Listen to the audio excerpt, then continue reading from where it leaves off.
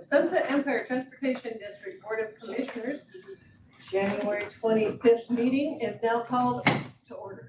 How's that?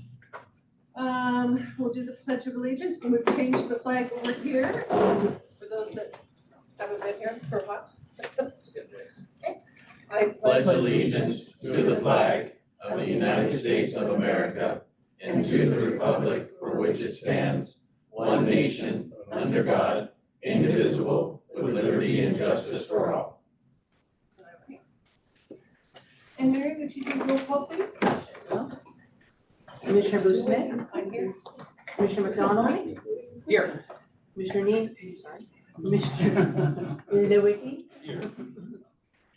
Commissioner Langria, Here. Commissioner Withers, Here. Commissioner Reed, Here. Commissioner Romero. Nice to see everybody. It's the first meeting of the year and we're all here in person. Yay! Changes to the agenda. I'm going to make one change, and that is moving our audit report with Paul up to right under public comment. So that if he doesn't want to hang out, I know he's a busy man, he can move on with his day. Oh, not our fault. Not, no, Oh. CPA Paul, Okay. SETD Paul. How's that? He can talk if he wants to. Call number one, call number two. Is, any other changes to the agenda? And could I get a motion? Yeah, we'll just do a motion just to make sure that we're all. I would move the changes. Okay, any other comment? Mary, you wanna do a roll call? Commissioner Busman, I agree. Commissioner McDonald, Here. Commissioner Loki, Yes. Yes, all right. Commissioner Langria. Sorry. Yes. Commissioner Withers, Yes. Commissioner Reed, Yes. Commissioner Romero. Yes. Motion passes. So then we'll move on to our public comment. Do we have any public comment? We'll start on Zoom. It looks like there is public comment right now. Looks like it is Kathy, please. Okay, go ahead, Kathy. Good morning, commissioners and SETD staff. I would like to make some public comment in regards to some of the comments that the board has made on record in meetings that they have held in defense of your predecessors. The previous board was not negligent and was able to keep the district not only out of financial trouble, but get them out of financial trouble. So I would ask this current board to stop with the head on the swivel looking for somebody else to blame for what happened. Sit in your own responsibility and stop blaming others. You have all held your offices for more than one term. You have all had opportunity to attend SDAO meetings and seminars to learn what your job is. So please stop blaming those that came before you for things that were your responsibility. And personally, I do not appreciate being denigrated, nor blamed, nor bullied, nor berated by any of the staff or the board. I did a job that was not well described, above the needs of what the job just required, and as a board chair was completely competent and offered help to each and every one of you if you asked, and sometimes when you didn't ask. So please, again, stop looking for people to blame and take your own responsibility for things. Thank you. Thank you, Kathy. Anybody else, Jason? I show none. Thank you. Is there anybody here? All right. Moving on. Paul? I'm here because last time I was here, I was asked if I'd be back for any questions about the report I delivered last time. So if there are any significant questions, I really don't have anything prepared to discuss right now. Shoot. How soon can we start expecting more prompt audits? Well, I plan to be done with your 23 audit by the end of February, so. Moving forward. Moving forward, At moving, least yeah. Not, One of the not a things year and a might- half late. Yeah, one of the things, there's several issues with that, but one of the things my firm is doing is we're still letting go clients. So we can free up time for my staff to do more work. I think, did anybody else have questions? Just a comment, yesterday John Dresden, conducted a, financial management training. And the 22 audit was, discussed. Mhm. And, we are very thankful for John for joining us because it put a lot of context into the audit where, it's going to be even a more useful tool, and we appreciate the work that you did on that. I was just talking with John, I said, we speak a different language as accountants, and we both said it's sometimes hard to communicate with non-accountants when we're talking about sometimes very technical things that we have to deal with as accountants and auditors. So everybody, if you ever hear me talking like an accountant, tell me you're talking like an accountant, try to make this understandable. So, and I think one of the things that we didn't realize at the time, because we didn't have the audit for when we started our budget, was that you found that our balance for the June 30th, 2022 was $85,000, something to that effect. Our beginning balance was listed as $900,000 for 2022. So we were told that we had $900,000. If we would have had the audit prior to that, we would have known that that was not a number that we would have been beginning with. So having the audits done on time before we start budget, I think is really, really important. Yeah, I agree. I think I told you this last time, there's a crisis in the audit world right now, it's a very severe crisis, so. And we're hiring people that normally CPA firm wouldn't hire, and I think I can train them. But again, letting go clients, several clients, just so we stay caught up. We're not one of those clients. You're not one of those clients. Thank you. But I also will tell you, probably this next time we come up, you'll be meeting Cody, because on May 31st, which is our fiscal year end, I give I'm retiring in 3 years announcement. So after This is yours. doing this for right now 42 years, by then they'll be doing it for 45 years, it's about time for me to get out of business. I'll be like Paul here. As soon as I retire, they're gonna hire me back. But I'll be working just remotely supporting out back in Eugene where I live instead of going out in the field. So. Yes, ma'am. John gave us a very good presentation and understanding of which we had at the beginning. But then I was surprised and just wanted your opinion that the balance sheet is not on the top priority of financial statements. And I was a bit surprised, not that I know anything about accounting, but what would be the difference between the two of you in terms of the priority, the importance? I wouldn't say it's not important, but I also will tell you, every government I deal with deals with budget to actual statements and only budget to actual statements. Okay. To the board. Very few of them actually use balance sheets most of the time. And with that, it's just revenue and expenditures. And the state law is, they really don't care about the revenue side of things. The state law is, did you exceed your expenditures? So that's where most of my governments focus. They really pay a lot of attention, did you overspend the budget? Because that's what the state law drives. Well, that's a good explanation. Thank you. Now, when it comes to putting a full set of financial statements together, the balance sheet's pretty important. I'll give you my analogy. Try not to talk like an accountant. The way I look at it, many years ago, when I was in high school, I spent some time helping. My dad was in the Air Force, so he grew up on a farm. So I helped my grandpa and my uncles build barbed wire fences. And the way I look at it, when you're building a barbed wire fence, you put this post in the ground, that's the balance sheet. You know all the numbers at that time, that's a post. With this post in the ground, that's the ending balance sheet. The income statement is the wire in between.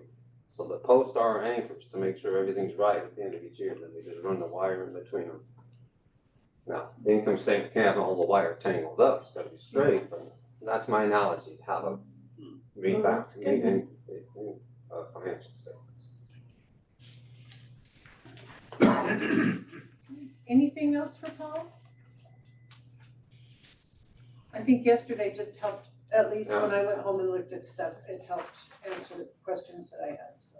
I have one more. Mm-hmm. And on the capital reserve fund, it has transfers in, but I thought to have a transfer in, you have a transfer out and vice versa. General fund should have had a transfer out for that amount, or one of the other funds, because your transfer's all balanced in the statements. I'm sorry, could you repeat that? So if the capital reserve fund had a transfer in, one of the other funds transferred it out. So it's in another That's in another financial fund, right, but when we do the financial statements, all those have to balance, your transfers out from one fund have to equal transfer into another. So when you're looking at this, how do you know it's somewhere else? Because when we Transfer put out. the statements together, we make sure that agrees. So if it's, for this case, from the general fund, then we go look at the general fund, say, did it say that money went out of the general fund to the capital reserve fund? So as a board member though, if you go, look at this, just look at the, In the footnotes to the statements, there's, there is no, there, oh, maybe in the back. in the back, there's a Okay. footnote that shows the transfers in and transfers out, which funds sent which money to where. Thank you.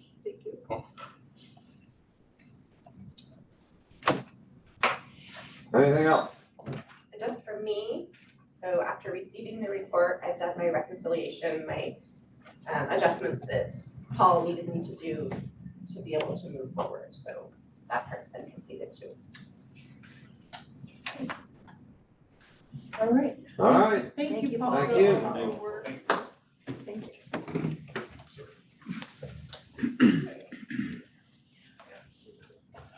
And we have a special report on Donna. I don't know, are you doing that? Yeah. Okay. Yeah, and unfortunately, the SCTD family has suffered a loss in the last couple of weeks. Donna Buchanan, our AP payroll clerk, has passed away.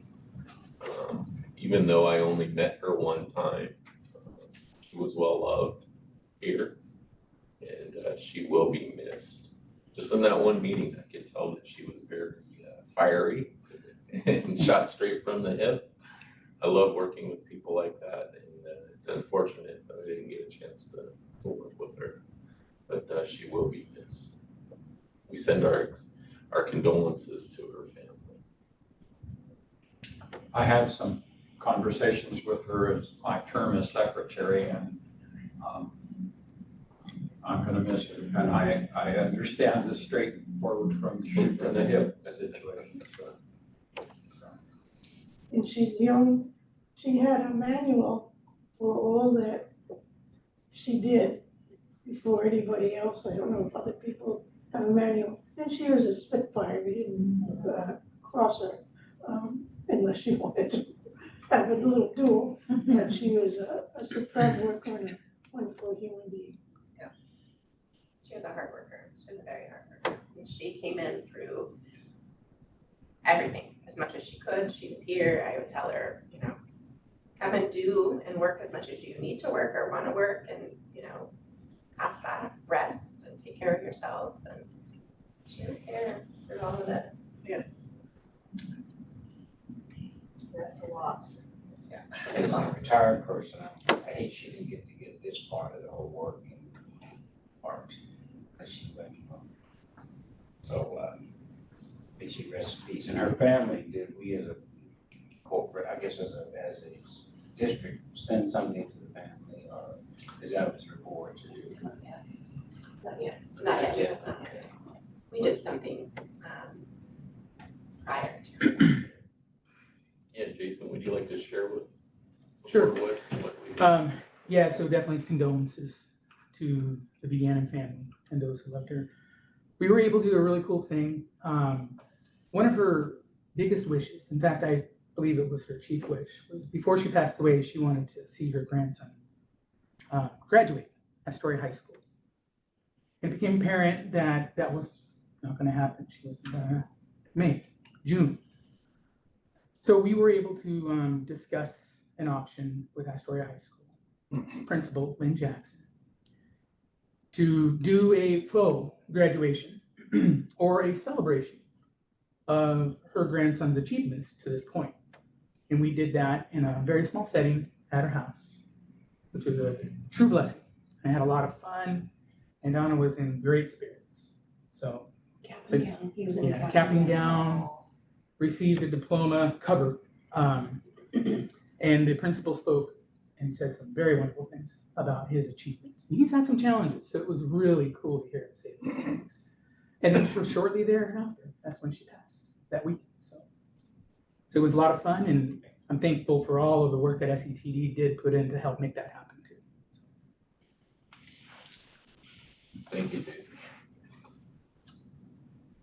I'd like to also, Madam Chair, take a moment of silence. You bet. And her. We will do a moment of silence for Donna.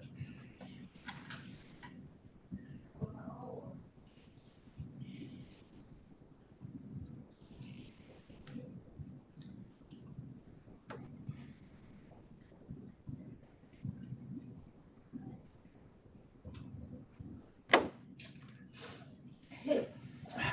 Shall we move on? Yes. There was somebody that was wanting to make a comment and would not get in, is that correct? We didn't see- Right after we moved on. It's up to you. Yeah, let's go ahead. Okay. Can you invite him in, please? His name is Gary. Gary, go ahead. Thank you very much. I apologize for being a little late. I work with the vocational rehabilitation program in the Astoria, Warrenton area, as well as other counties. But our staff and the clients that we serve really do rely on public transportation. And so I've been kept aware of some of the challenges that the district has faced. And one of the things that stuck out to us was an article in the Astorian about a lack of community partners. And I don't know what the program can do, but I would like to lend my assistance or our support to helping find solutions. The Voc Rehab program focuses on serving individuals with disabilities. And some of our staff and most of the clients that we serve are reliant on public transportation. And so I just want you to know you've got a great champion in our program, and looking for collaborators. I'll put my information in the chat so you can reach back out to me. I just wanted you to know that it makes a big difference. And so your efforts to build back better are really supported. And these are something that we want to champion as well. Thank you. Thank you very much, Gary. That's much appreciated. We are trying to get out and meet more of the leaders. We've been working on that. We've got more work to do on that. So we will definitely be reaching out to you. All right. Thank you. I'll put my contact in the chat. All right, Thank you, Gary. Thank you, Gary. Welcome. Okay. Move on to, did you want? I just was going to make a motion that we adopt. Okay, moving on to number 7, our minutes. Tracy's made a motion to accept them, and I'm looking for a second. Second. And Rebecca seconds, and open for discussion. Anybody have any discussion on our minutes? A long time ago.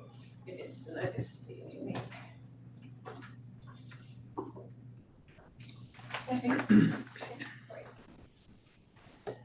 Commissioner Blue Smith, Yeah, aye. Commissioner McDonald, Aye.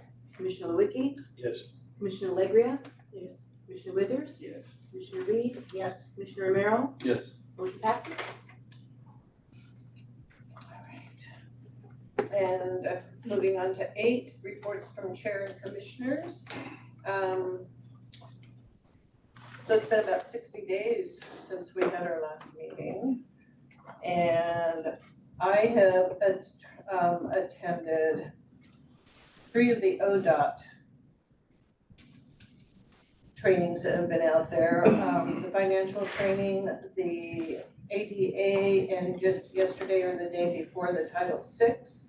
Attended the workshop from yesterday that was fantastic, and I think I saw light bulbs going on on everybody's heads by the end of it, that we all understood at least better than when we went into.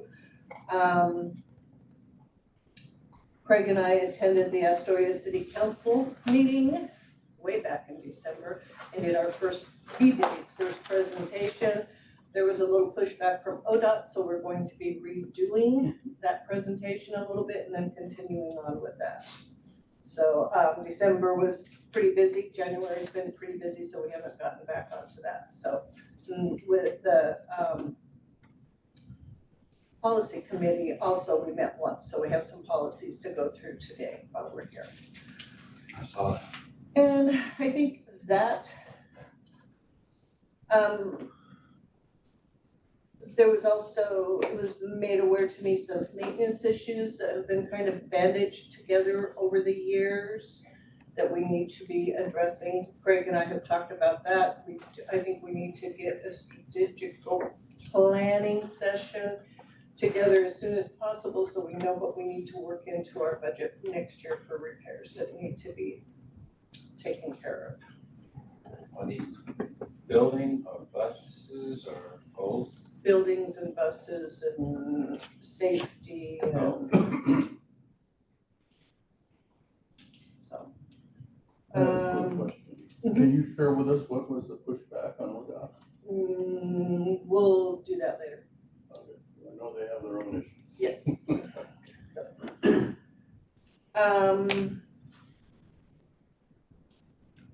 That's all for me. Tracy? I continue to work with Mr. Demick on 14th Street pit hole, and we are making progress. There is more gravel moving, not exactly where it's supposed to be, but we're working on that. And we continue to consult with our provider of concrete, so we should have an answer by the 30th on that. So as far as the Sunset Beach build, and I would like to get a picture of the schematic of the Ensign Lane build and where we placed the where the placement of the shelter was to be. And I'm wondering if maybe we can work some kind of magic to just go ahead and build that, just get it done and have ODOT build around us or something, you know, or build to the right or left or whatever. But it's my, because I continue to have some patrons who have asked me for an umbrella, and I would, you know, sometime like to stop by and put an umbrella. So, that's all I have. Marla's shaking her head. Yeah, I sent several months ago where FTA needs more environmental information because Okay. the bus stop isn't gonna be built as what they approved. And so before we can even go forward, that has to be sent back to me so I can send to FTA for their concurrence. Okay. That would be fine. And so we'll need a new drawing of what's gonna be going on and all that other stuff. So I'll resend that to Craig and Jennifer so they have that. Okay. Just because if the shelter goes on the east side of the thing, then we have to deal with terrain changes and things like that because we have a dip and a stall where there's water and all that kind of stuff. So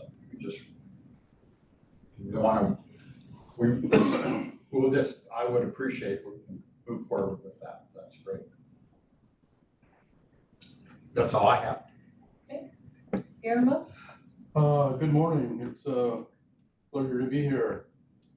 And as some of you, and I will tell you this, I think I've been on the board for almost 2.5 years. You know, that's the first time a person from the public sector, i.e. an agency, and I'm so glad that he did that because, you know, as you all know, I was a caseworker for family services for 12 years. And I've always emphasized the importance of our clients rely. A lot of folks rely on us. I'm glad he's here. Anyway, I just wanted to, as all of you know, I started my rotation with the union in September 25 as a contract specialist, and on a rotation for 11 months. And I have been involved in the union and worn a lot of hats, but I will tell you this, that not that this was going to be an easy job, because I've done a lot of the union work, but I will tell you that I'm finding out that throughout, we work in District 1, that's what child welfare, we call it District 1, but I will tell you that throughout all districts, and I think a lot of you know that because working here, that the issues regarding labor are more complex than they ever were. And for lots of reasons. And I will tell you that we will never ever go back to this 8 to 5 status quo stuff. And unfortunately, some people can't accept that, especially your micromanagers. But anyway, so what I'm saying to you is that I thought I was going into something easy, but I've got to tell you that my turf also involves here, which we're still addressing that issue with our building, and also covers all the way from Newport to Albany. And anyway, with that, I just wanted to share that with you. But I will continue. And the good news is my rotation ends in 11 months, and I will tell you that I'm going to stop working. I'm going to retire. For sure. Thank you. Thank you. Rebecca? Yeah, I also am working with the policy committee, with Pam and Mary and Debbie. I think it's been important work. I'm really looking forward to us reviewing and updating all of our policies, particularly this one. And the other thing is that I've been helping Kelly with reviewing the financials or the, how would you describe it? So part of our, within our forensic audit, they asked that we do a quarterly internal audit of our AP. And so we have it where I spoke with Paul, our auditor Paul, and how to make this work to be a little bit more beneficial for us and for him. So we have it where I go through and pull the entire report of all of the transactions for that quarter. I bring it to Craig. He goes through and chooses the transactions that are going to be reviewed. I go through, find all of the invoices that go with those, and then a non-account signing board member goes and reviews that. So Rebecca did the first one for us, and I won't always have Rebecca do it. I'll kind of bounce around just so that there's more eyes.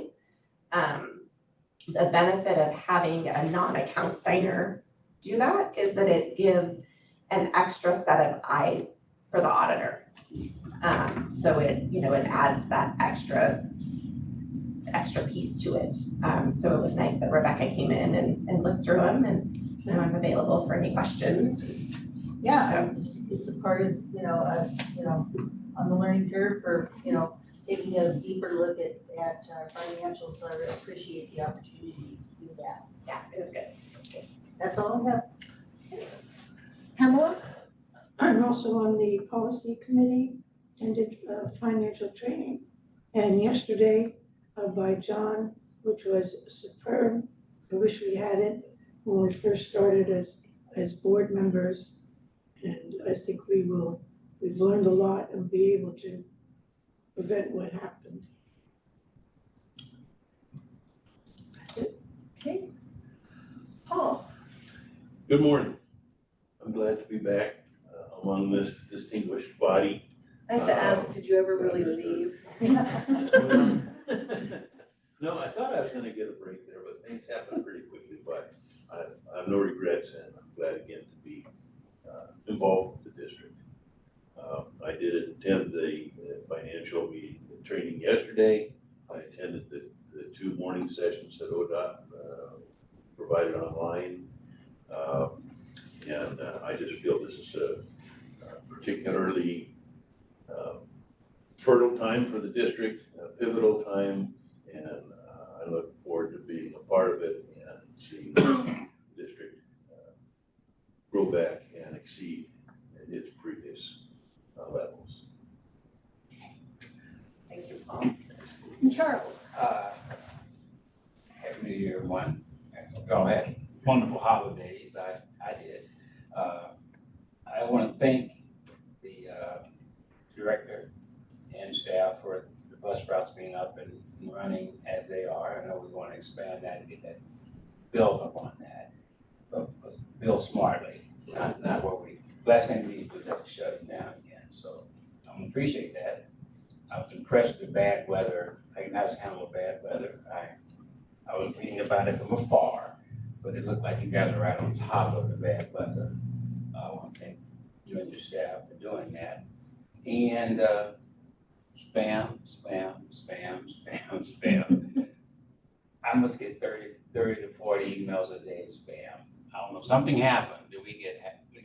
Does that happen when they hack into our system somehow? There was a period where we were getting those subscriptions and somebody got our email addresses. I don't know where we stand on. So just keep deleting. Wow. Just block them, Unsubscribe. unsubscribe, anything like that you can. I still have, when we first shut down, I was getting like hundreds of them. And so I just block them all. I've gone in and unsubscribed from a bunch of them. Okay. Because it had ones for Mary who I want to see. Yeah. So make sure I miss those, but I get a lot of 30 to 40 every day. Wow. And hopefully that will happen. And then lastly, I guess, I'm still having difficulty finding the website. Maybe I'm just old and senile, but I can't figure out how to find. I mean, I know the address, right? And there's no pass-through now. I should be able to go straight to our website, right? Northwestconnector.org. I thought I had that. I'll get with you afterwards. Maybe, like I said, could be father retirement. I'll get with you. I'll get with you on that. Because I'm having difficulty. But you guys are doing a great job, and I think this board have taken necessary actions to right the ship and to build a better ship moving forward. And I want to thank the board and staff for what you guys are doing to make that happen. Thank you. I just want to clarify one thing. I don't mean to try to be non-transparent, but I also don't want to say anything concerning ODOT that they do not want said. So as far as changing our presentation, that's okay. Okay, moving on to number 9, financials. Good morning. Hi there. Thank you guys for coming to John's workshop yesterday. I got things out of it too, so that's helpful.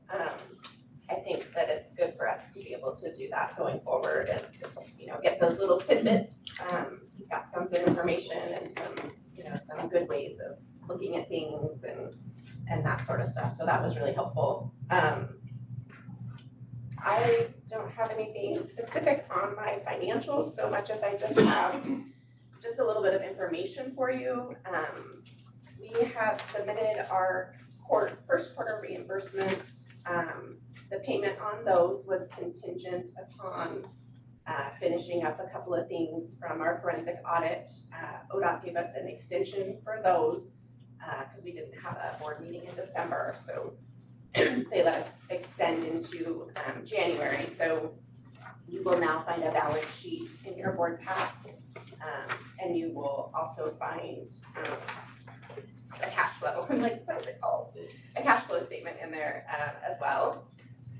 So you'll be getting those going forward. So my hope is that after today that they will go through and approve those reimbursements and that we should see them in February. That's what my plan is. I'll be submitting the second quarter reimbursements within the next couple of weeks. We've been waiting for some updates in Optus. ODOT still needs to make those updates. I didn't look this morning to see if it had been done yet. I'm hopeful Jennifer and I both have some vacations coming up, so it kind of puts a little bit of a crunch in that, because her and I both have to work on that piece. So hopefully that will be done and then I can get those reimbursements submitted. And then we'll see, how that payment process works. That'll be our first real see in how quickly that turnaround time is for those payments. We should also be getting another SWIFT payment in February. So they'll make our loan payment out of that in February. So that is good. Also, as Charles was saying, getting the additional routes back up and running, it's been a hot topic and we've talked about it a lot. I would love to pull the trigger and bring Route 15 back, but not quite yet. So, funding wise, we're looking really good. You can see that in our reports. We have cash flow as far as that goes, we're looking good. I just need to make sure that going forward that all of the other processes happen as they should happen in a timely manner. So I just want to make sure that, all of our funding sources are following through. And then we'll look at that. We'll start seeing how much that route is going to cost to bring back so that we know going forward what we're looking at. We know as we roll into budget season what we're looking at for the next fiscal year to be able to make sure that that's in our budget appropriately, our staff and and all the maintenance and just all the things that go with it. So working on that. Timber revenue is something that has kind of been talked about. I don't have an answer at this point. I know timber revenue is supposed to drop. This year we budgeted $250,000 in timber revenue. I've heard that it's supposed to take a big hit for fiscal year 25. I have an email into the county to find out what information they have on that. So I don't have that answer. I do have to do a draft budget and get that to ODOT by March 31st. So that's one of the pieces of that I'm hoping to have to be able to send that in and know that part. So we'll see, and I'll keep you guys updated on that as we, as I find out some more. And then it'll be part of our budget. So Craig and I are both signed up for budget law training in March. There's 3 online courses. Those are actually free. I think everybody can take them. So if you want that information, I'm happy to get that information to you. They are online on Zoom. There is an in-person class in Albany. And I just opted, it's a 1-day class, but I opted not to do the travel. The other classes are 3 days and they're 3 or 4 hour classes, I think, something like that, on Zoom. And it's a ton of good information. I've taken it every year, and every year I come with something else out of it. So if anybody's interested, I can. Why don't you send the information to the whole board? Okay. Because I would like to take it and anybody else. I think I'd like. Yeah, it's great information. Great. Perfect, I can do that. Other than that, I don't have any, do you have any questions? Go ahead, Pamela. On the cash flow, the projected January 2024, and then a large drop in February of 2024. Why is that? And that's page 14.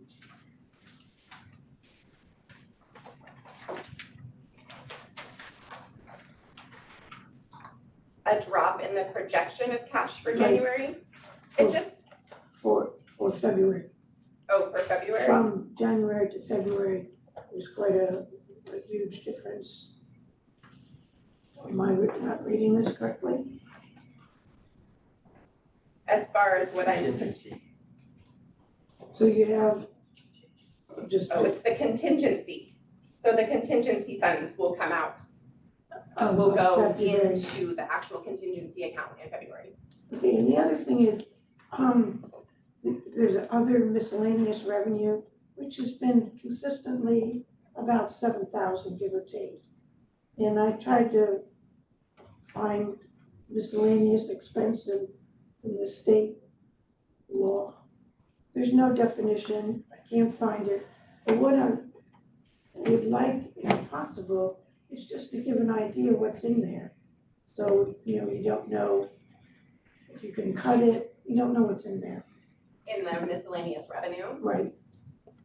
Trying to remember off the You top of could my head put what's in like there. parentheses, I'll add that to my dashboard going forward, what that was for that month, what that income was. because it's becoming consistent sort of over the months. So it would be nice to know what that is. What it is. Okay, thank you. It's not the credit card. No, depending on what it is, we get different things, so like part of it, that was in January. So it could be things like, we had sent some buses to scrap, and so we get a check for that, and so that goes into a miscellaneous income or an other income, because it's not a normal funding source. So that's something that goes into there, but going forward, I'll put that in what that is, I'll put that on the dashboard. I just have one more, and then on page 18, which is the balance sheet. So it would be number 2705, deferred revenue for 42,000 plus. What does that mean? 2705 on page 18. What number, Pam? 2705, Deferred revenue. right. Almost down at the bottom, with the loan.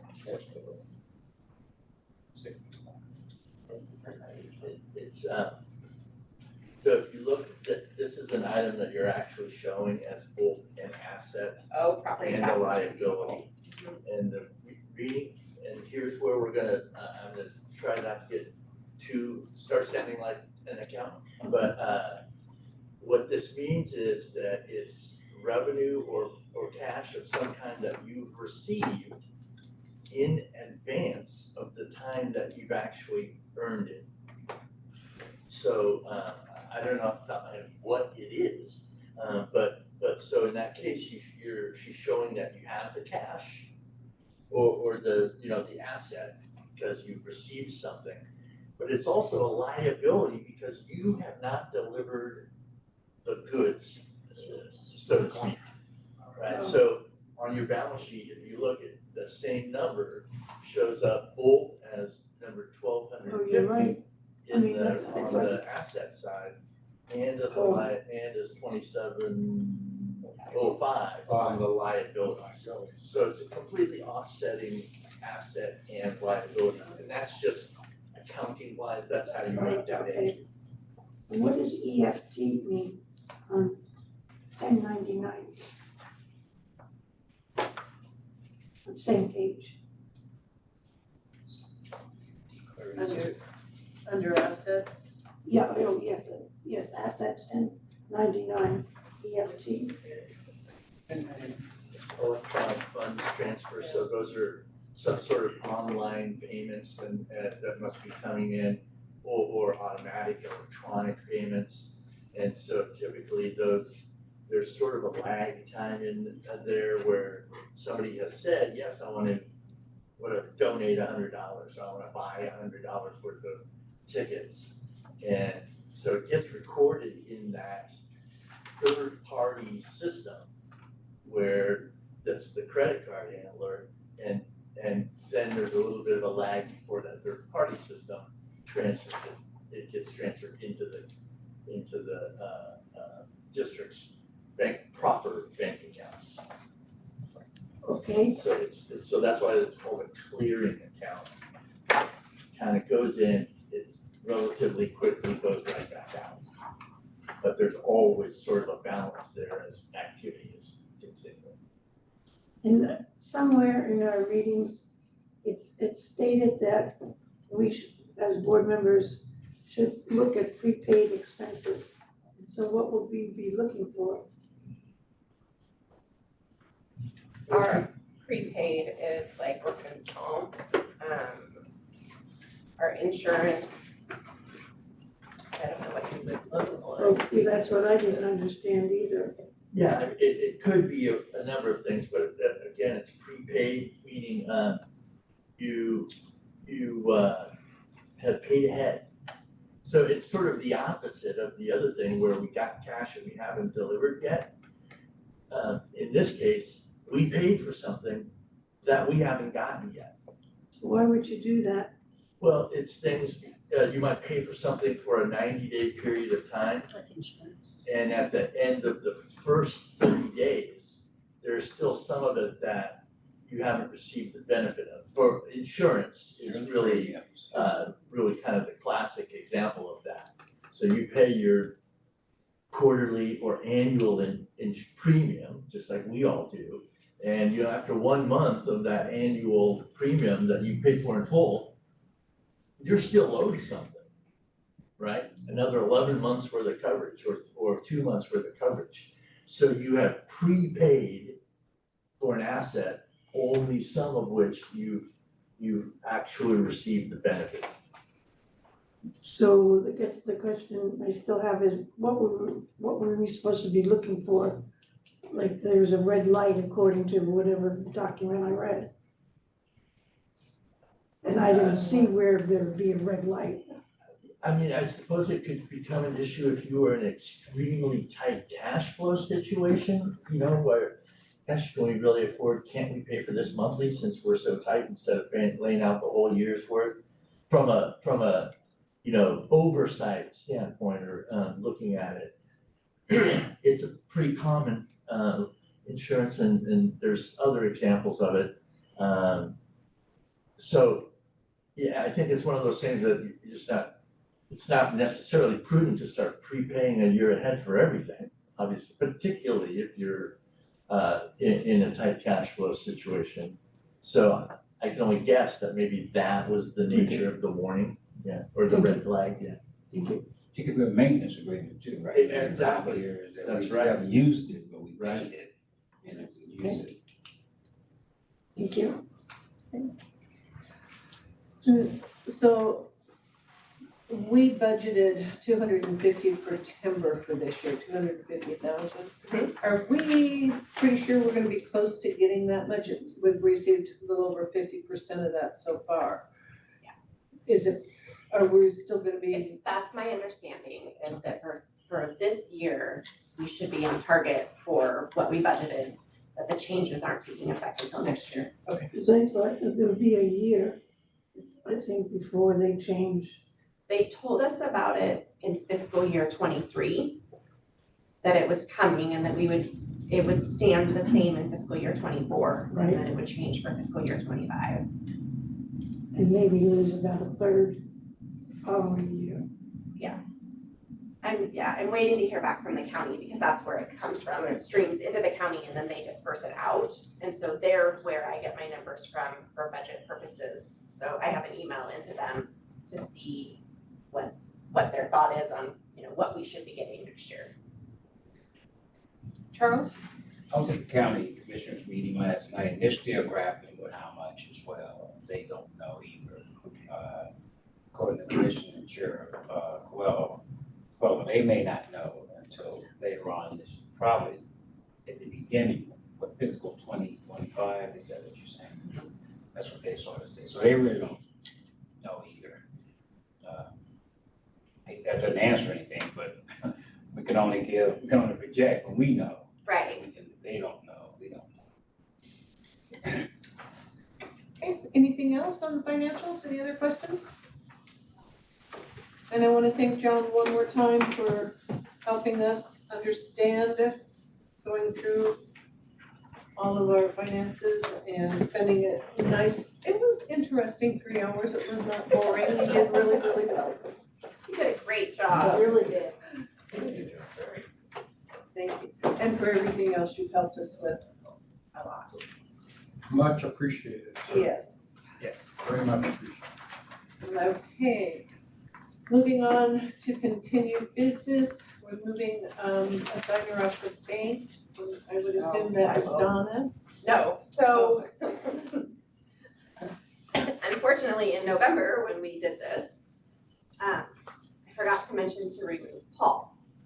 So we need to remove Paul, we need to remove Deanna.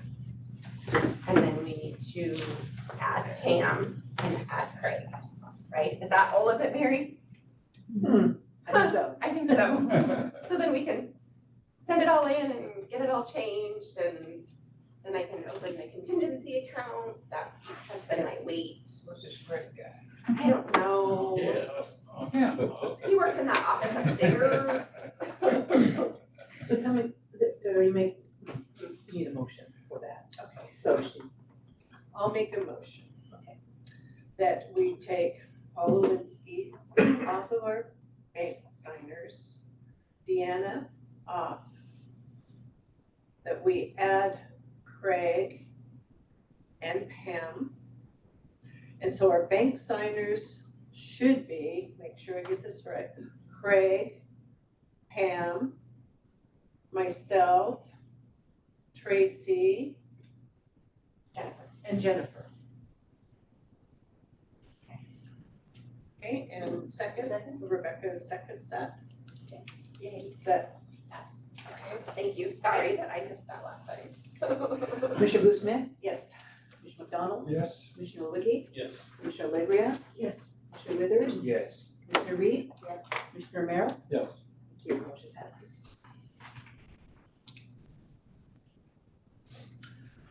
Okay. ODOT extension. So we have policies. Yeah, this was already touched on by Kelly, but we requested an extension on the cap number 5, which was the Director of Financial included balance sheet and statement of cash flow in the December board financial meeting and every month thereafter. Since we didn't have a December meeting, we asked for an extension to the end of January. They granted us that. Thank you, Arla, for your help with that. Yes. Also cap 6, the financial reconciliation report and audit for fiscal year 22 was also extended, those 2 caps, and we're taking care of those 2 today. With the conclusion of that, we will only have 1 cap outstanding, which is the Director of Finance shall furnish PTD a copy of the draft budget for July 24 through July 25 fiscal year. So we're almost to the finish line, we're getting there. Yeah, that's an update there. Okay, and do we have to pass anything or No. authorize anything? We're all good with that. Okay, and then moving on to 10C. We just have one question. Oh, I'm sorry. Do you have to have a budget committee meeting for that budget? I don't believe we do. I think we just have to furnish a draft budget to the public transit this year. Okay.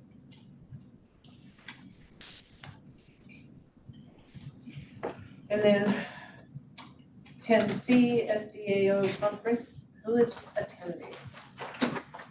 And I noticed we had, oh yeah, everybody? I have previous, paid for it. And I'm just Friday. You're just Friday. There's no Zoom option. Then I can't get my money back or something, I've already paid it. Oh, sorry. So you're just attending Friday, And that is, starts Thursday, Friday. Friday, Saturday. Friday, Saturday, Sunday? Thursday? There are some that- Thursdays, There's some additional finance classes they're doing on Thursday, they cost additional. It starts on the 8th and goes through the 11th. So but those are available? Are Yes. they recommended? I would recommend them. One of them's on an audit. Okay, They say give you a so is it a big additional amount or? It's like $50 additional. Well,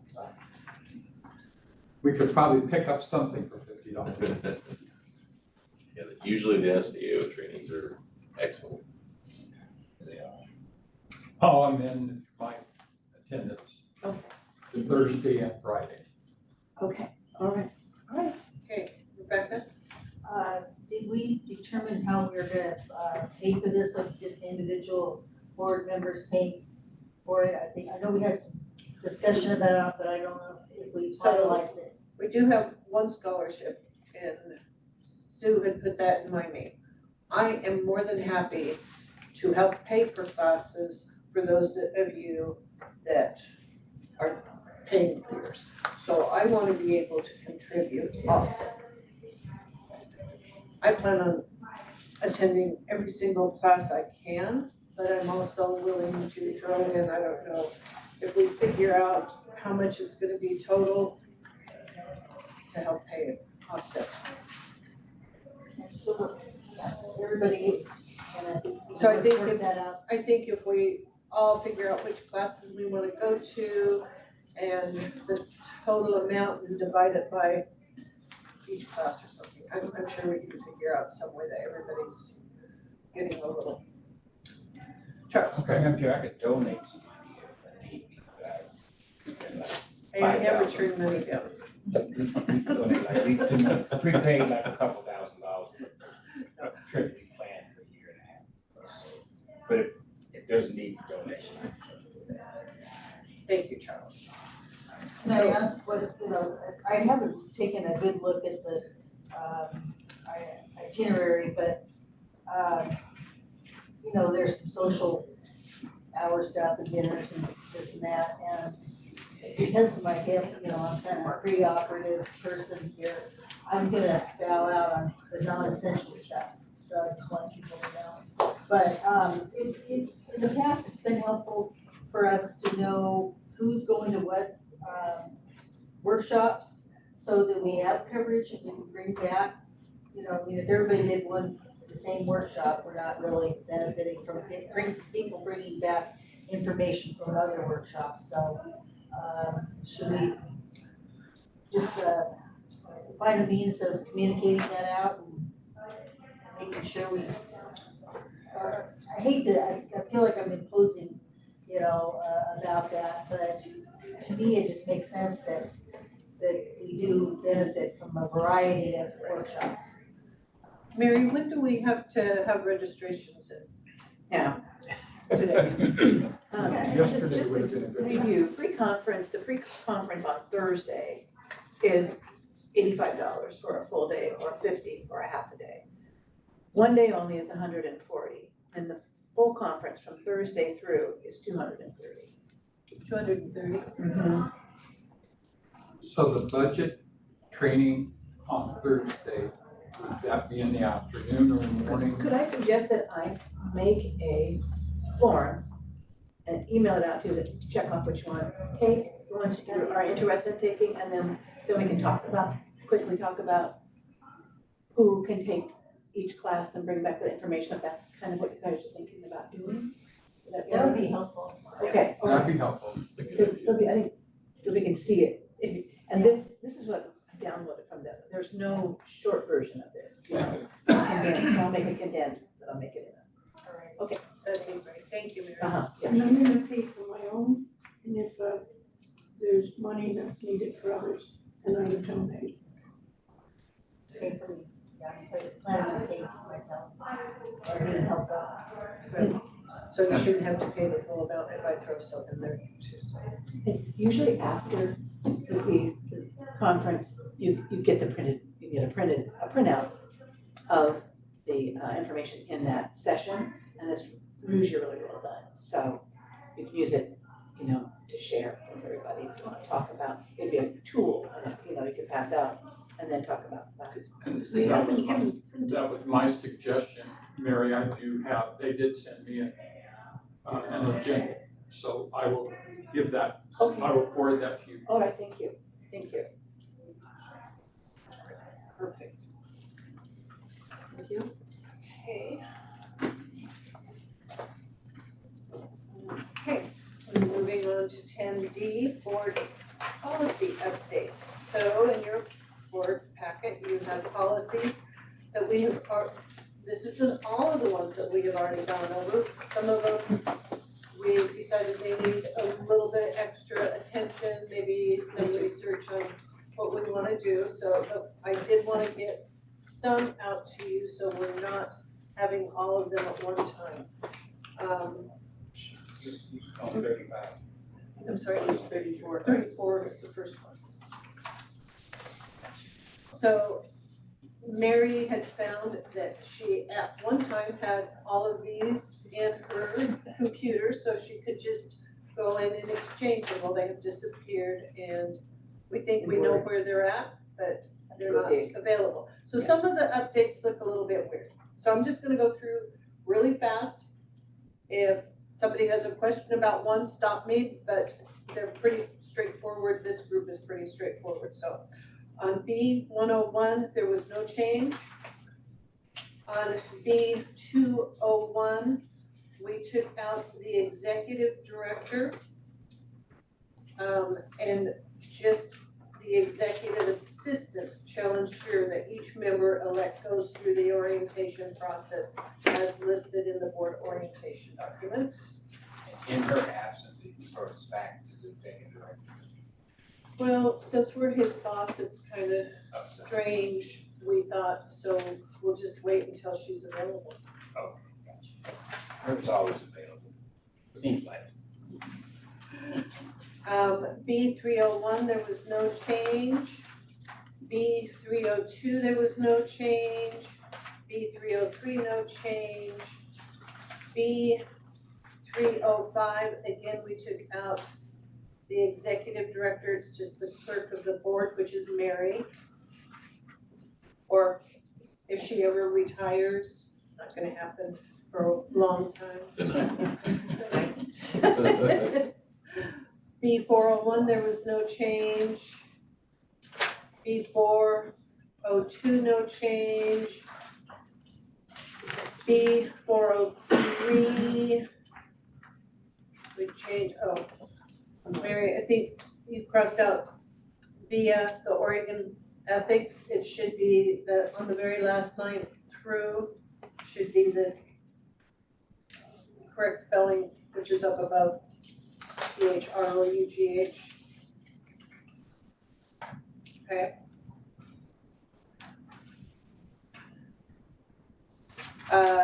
B701, we changed in the first line, may to can. B702, there was no change. B703, we took out number 11. Renumbered 12 and 13, and on 13, the may is changed to can. B802, line 6. We talked about this quite a bit, and we didn't think that just one budget meeting should ever be enough. By the time we go through one budget meeting, even if we're okay with that budget, it hasn't been put out to public, so there's no chance for them to really for the public to make any comments. So we're mandating at least 2 budget committee meetings. And so that be to make so that the public can make comment. Question, Madam Chair. Yes. Is there a budget committee quorum? Or can we, if it's only just 3 people, or do we have to have We have the 14. 14? And There's 7 of us and 7 So there have to be at least 8 to to have a quorum. Debbie, Yes, and for this particular year, there were 3 meetings. yes. This doesn't allow for that. We could have 3 meetings. We could still have 3 meetings. Minimum. Should we not say at least 2 then? The budget committee shall hold A minimum of. the budget committee shall hold 2 or more meetings. So leave the more in there. Yes. The or more is. So so the budget committee shall hold 2 or more meetings. But that fixes in two at least. Yes, Okay, got you. at least 2. Okay. B 804, there were no changes. B 805, we took out the northwest, remind me, Mary, it's NWRC. Right center. Right center. I That just no changed it. longer exists. And the same with B 806, we took out the northwest right center. That's the seaside. North, northwest right, where is? Was 399. Northwest right there. Oh. For a while. And with that, if the board agrees, the policy committee recommends that we pass that. So if I could get a motion, I move that these policies be accepted as presented. And I will second. okay, thank you, any other discussion? Well, thank you guys for the work you did. It was, I'm sure it was tedious, but thank you very much for you guys. Mary, you wanna do a roll call, please? Yes. Commissioner Bushman, Yes. Commissioner McDonald, Yes. Commissioner Lewicki, Yes. Commissioner Legria. Yes. Commissioner Withers, Yes. Commissioner Reed. Yes. Commissioner Romero, Yes. motion passes. Thank you. Do we, evidently not. I was gonna say, do we wanna set another meeting, but Pam left.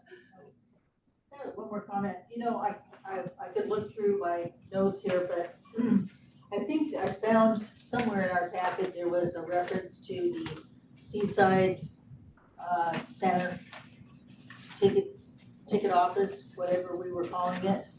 This What was is it called? Transit Transit, office. Seaside Transit Center. Transit office. Transit office.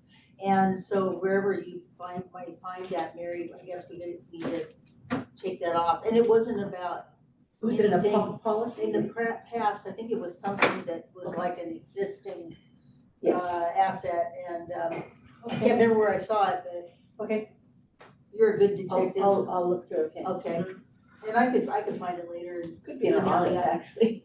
Okay. It could be in the audit, yeah. Okay. Okay. But it was never an asset. No, but they did a change, Gatsby, I think it was, to leases.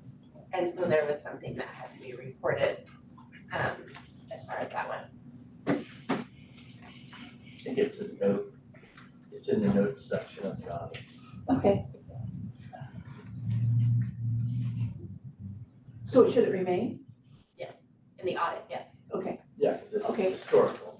yeah, Sure. okay, perfect. But if it's in something else, as It was- if it was there's, if something it's in a else other than policy that. somewhere, Okay, then all right. that's different, yeah. Okay.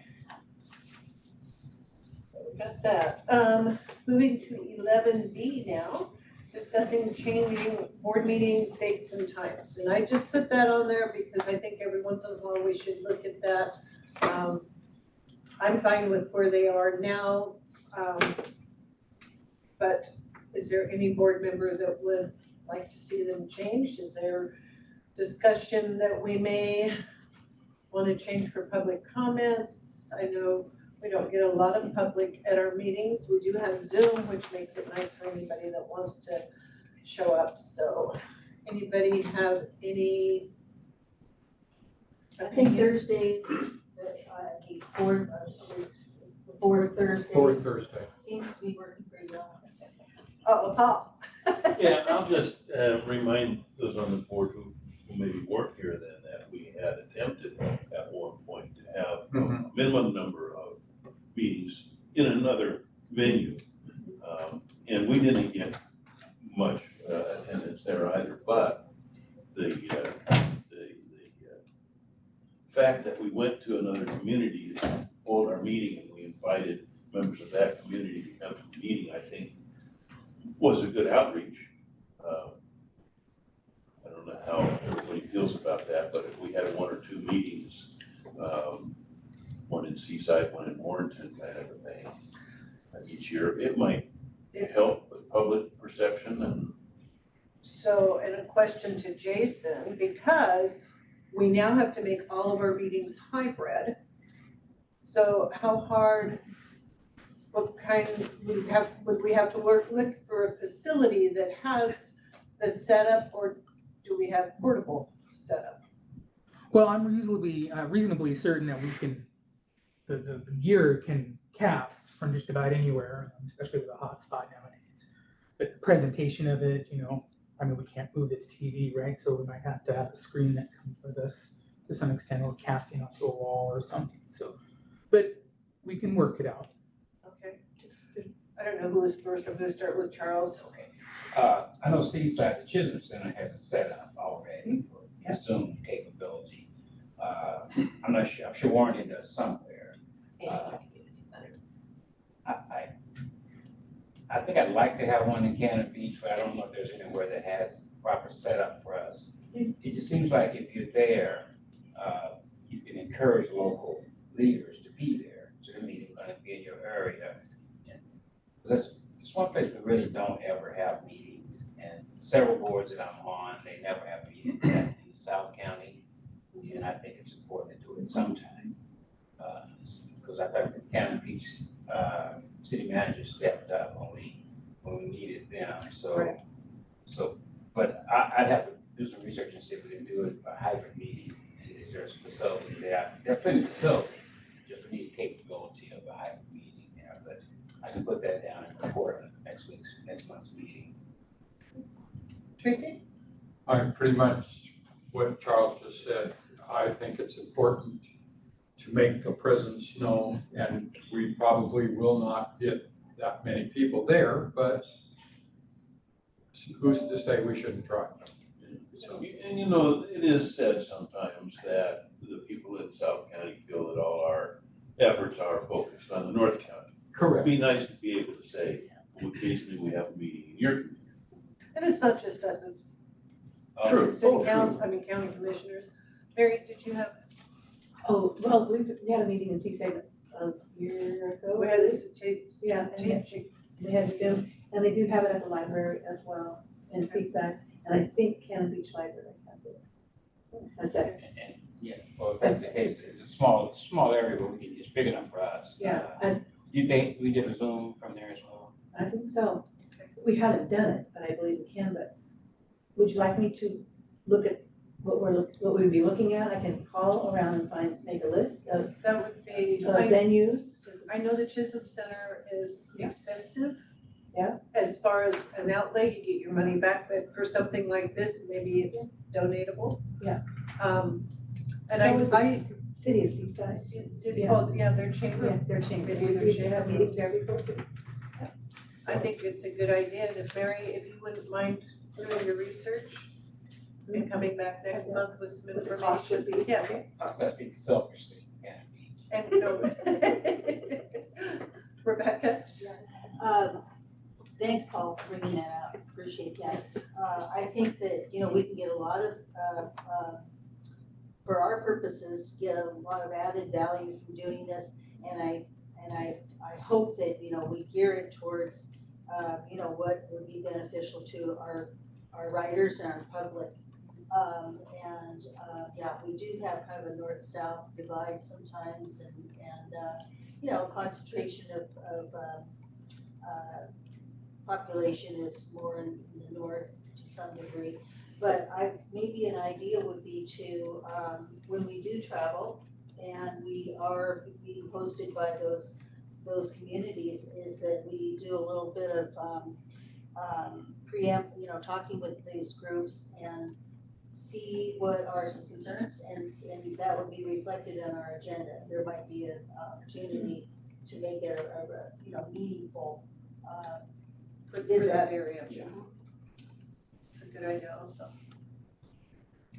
Mary, I was gonna suggest talking to the mayor of Seaside. She Wright would probably be able to help you with that.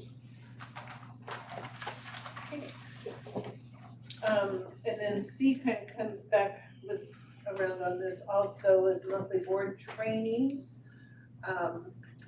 So we had a work session yesterday. There's a lot that I'm seeing that we could be working on. And I'm suggesting that we have a work session once a month. We set a definite time for it. If for some reason we can't come up with something to be working on, we could cancel it, but at least we'd have something. One of the things, strategic planning could go in on that. One of the other things I think, and it's something that the board's supposed to be doing for the RLS report, and that's developing new board member training course. Now, that's something we could break out and do in a committee, but I suggest that the whole group work on that. In your board, in the big binder that you got when you first became a member, there is a thing here that says what we should be getting as board members. And I know that not all of it, that when I came on the board, that I didn't get all of this training. And so I think if we all put our heads together, what would have been beneficial before we actually got started on the board, what type of the financial training, just that type of thing, what a new board member really needs to be up to speed when they get started. And I know Paul hasn't had anything since he's been on the board. Charles? I like the idea, but I think it should be topic specific. Yes. Because if we go in there and just start talking about stuff, then we end up winding off and going sideways. And then it just turns into a sub-board. It would be topic specific. So if we didn't have a topic, we wouldn't have it for that. I think that's better. It would be a topic specific. Paul? I was just thinking about, whether will they be treated as public meetings? A work session has to be. Okay. Yes. So it'll be noticed, it'll be open to the public. You and I talked a little bit yesterday about Yeah, and I want to talk to you a little bit more about that. later. I just read enough, I ordered the new public meetings book from the state. And in here it says that if you have a training session that has anything to do with the board making decisions later, like financial, that it needs to be a public meeting because the public needs to know what you know. You're making decisions based on the training like you had yesterday. But public, for transparency, also should have that, be able to come to that training. And interesting, yeah. So I marked it in here because I thought it was nicely put. And yeah, I know that like the county commission, all their work sessions are public, the city of Astoria, I know all their, and they have agendas. Just a meeting. That's another good reason for staying on topic too at those meetings, is that you expose yourself. If you say you're gonna train or have a work session on this, and then you have the whole board there and you discuss other matters, would be important to stay on topic. Right. So would it be beneficial for us to have that, like a lot of city councils, they'll be 2 weeks apart, or is it, there's an advantage to having workshop being closer to our regularly scheduled board meeting? So that's, would be kind of up to you folks, you know, we only have one on the board that's still working. I don't know, if it would be best for Working you. full-time. Oh, full-time, forgot about Thank you. you. Sorry. We have two on our board that are still working. I don't know if it would be best to have our board meetings in the morning and work session in the afternoon. I don't know if it would be, so this is something for you folks to figure out, would it be best to have maybe the second Thursday morning of the month? That way we'd have our work session and anything that came out of it could be discussed or decided on at our meeting, our general meeting 2 weeks later. We could go early, I know like with the county commissioners, they have a work session before their general session. We could meet at 7 AM and have a work session and our board meeting at 9 AM. So it's kind of up to you folks. I'm pretty open to almost anything. I like the next to 9 to 7 a.m. I know how you love to get up early in the morning. Just saying, like the next to 7 o'clock. I hear this rattling down south in the mornings and it's Charles getting ready. Let's put that 7 a.m. out of our thought process. I have, at this point, they keep raising my salary to try to keep me. So at this point, I still have Wednesdays and Thursdays pretty much off. So if you pick a Wednesday or a Thursday, I can pretty much do anything that you need. Okay. Rebecca, Well, it seems that if Thursday mornings at 9 AM works one time a month, that, you know, for me, for continuity's sake, you know, a couple weeks before, and it sounds like we will opt out some months to not have these, but, doesn't seem like a huge commitment. I would be fine with, the second Thursday, 9 AM. Mary? Jason and I agree to this.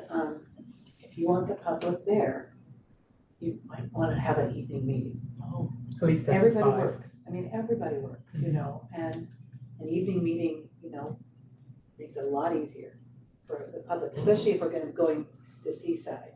You know, if it's if we're gonna be out of town, it might be better to do it in the evening and we might get more people. Even our regular, both meetings, for the travel meeting, have it in the evening, and then the workshops in the evening. I don't know about the workshop so much because And not as many people are gonna come to People that. can, the workshops, people can review them on YouTube. Yeah. Later. Or be present, you Any know, of the meetings. Right. but just certainly a thought. Lot of No, so I mean, I don't know so much about the workshops being in the evenings, but definitely maybe, The travel one. oh, yeah. Maybe when we go to Cannon Beach, maybe when we do the travel ones, all the travel ones are in the evening. Like from 6 to 8. Or something like that. the city usually have, Yeah. city council meetings are almost always in the evening. And Rebecca, they don't have to last a whole 2 hours. That is correct. We could get better and better at what we do. Yes.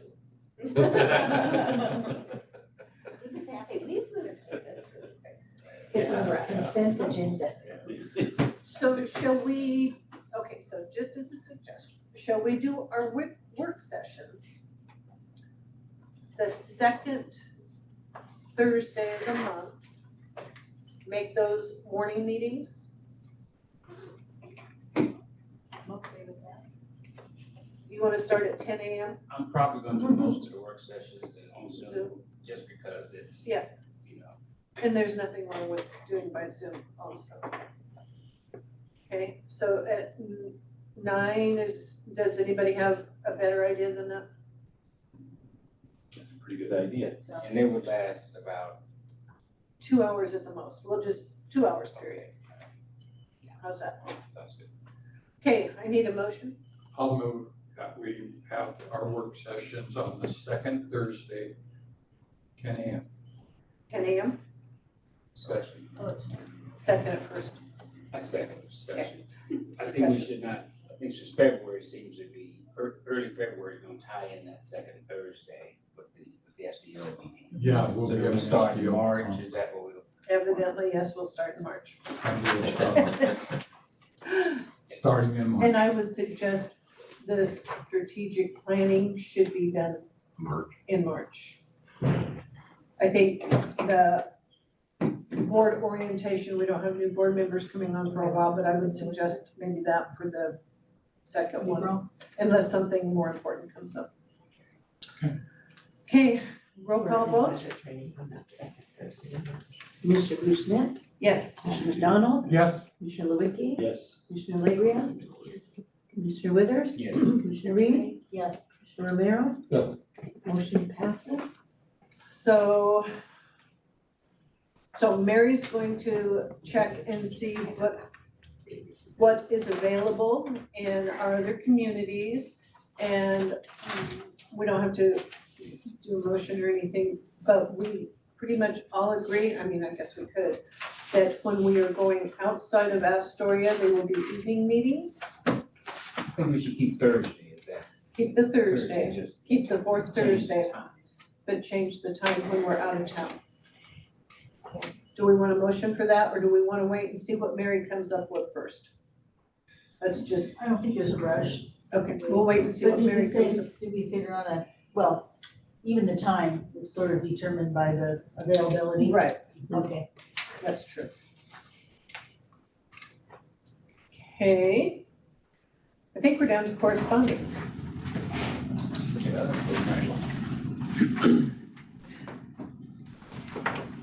Any correspondence? Nope. I know of. Executive Director's Report. In a new format. In a new format. I like this. Nice. Would you like me to share it? Yes, Okay.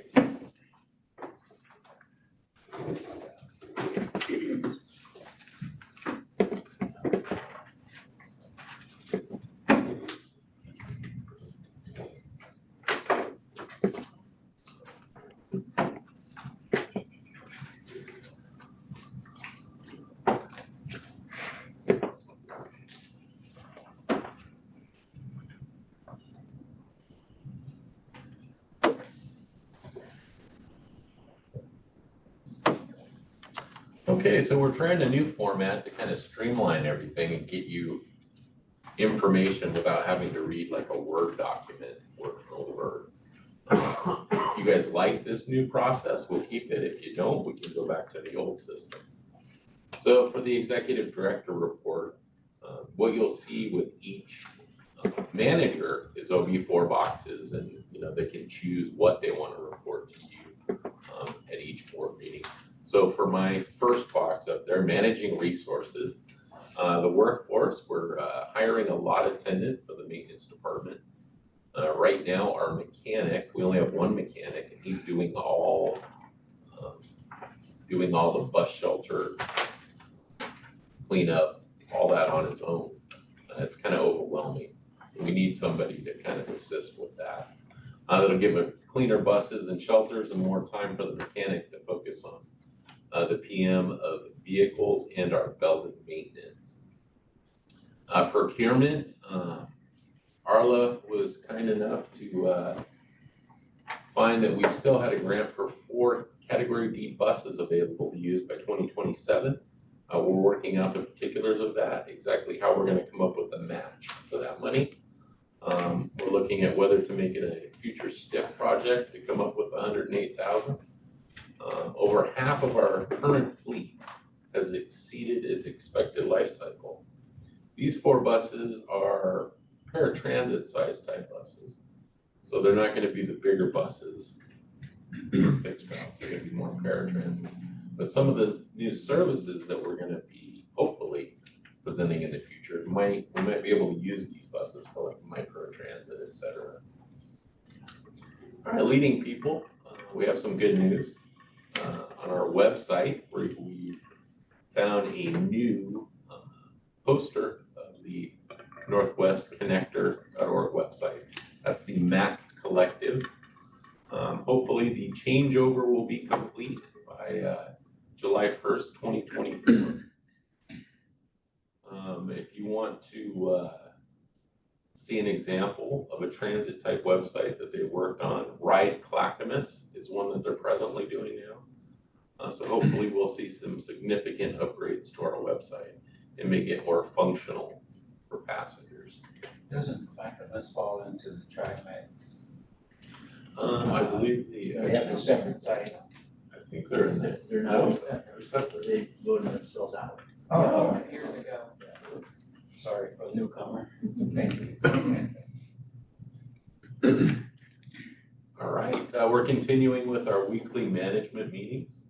They're going generally over 2 hours. They're quite lively. Paul, thank you for starting them. They've become an enjoyable part of the week. Well, it was missing for a long time. Yeah. Really glad to hear that that's happening. Yeah, oh yeah. Everybody's on the same page. That's the most important thing. Each department knows what's going on everywhere. It's invaluable. Development. One of the issues that we've had is we need another TSS person, basically somebody here to assist Stephanie if she's going out and approaching someone, talking to them. So with the AP payroll clerk, we're gonna kind of make that a hybrid to assist with the TSS position here. If Stephanie has a vacation day or something like that, we'll have somebody that can step in and fill in for her.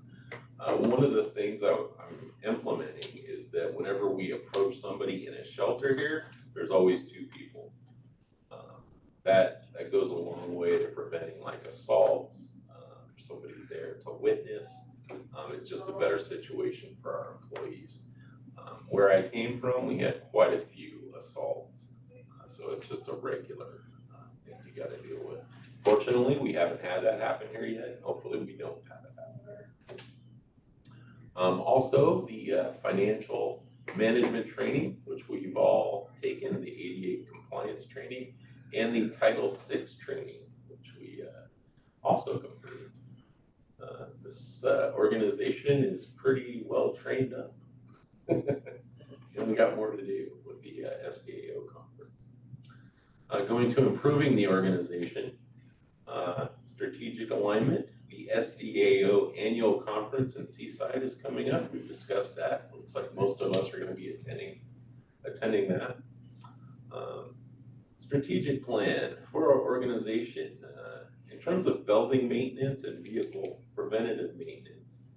Preventative maintenance, not so bad, but in terms of building maintenance, we seem to be more reactive than proactive. Paul has specifically brought to light some issues, the lighting at Warrenton Ops that needs to be addressed fairly quickly. It's a safety issue. Also, trash receptacles at bus shelters.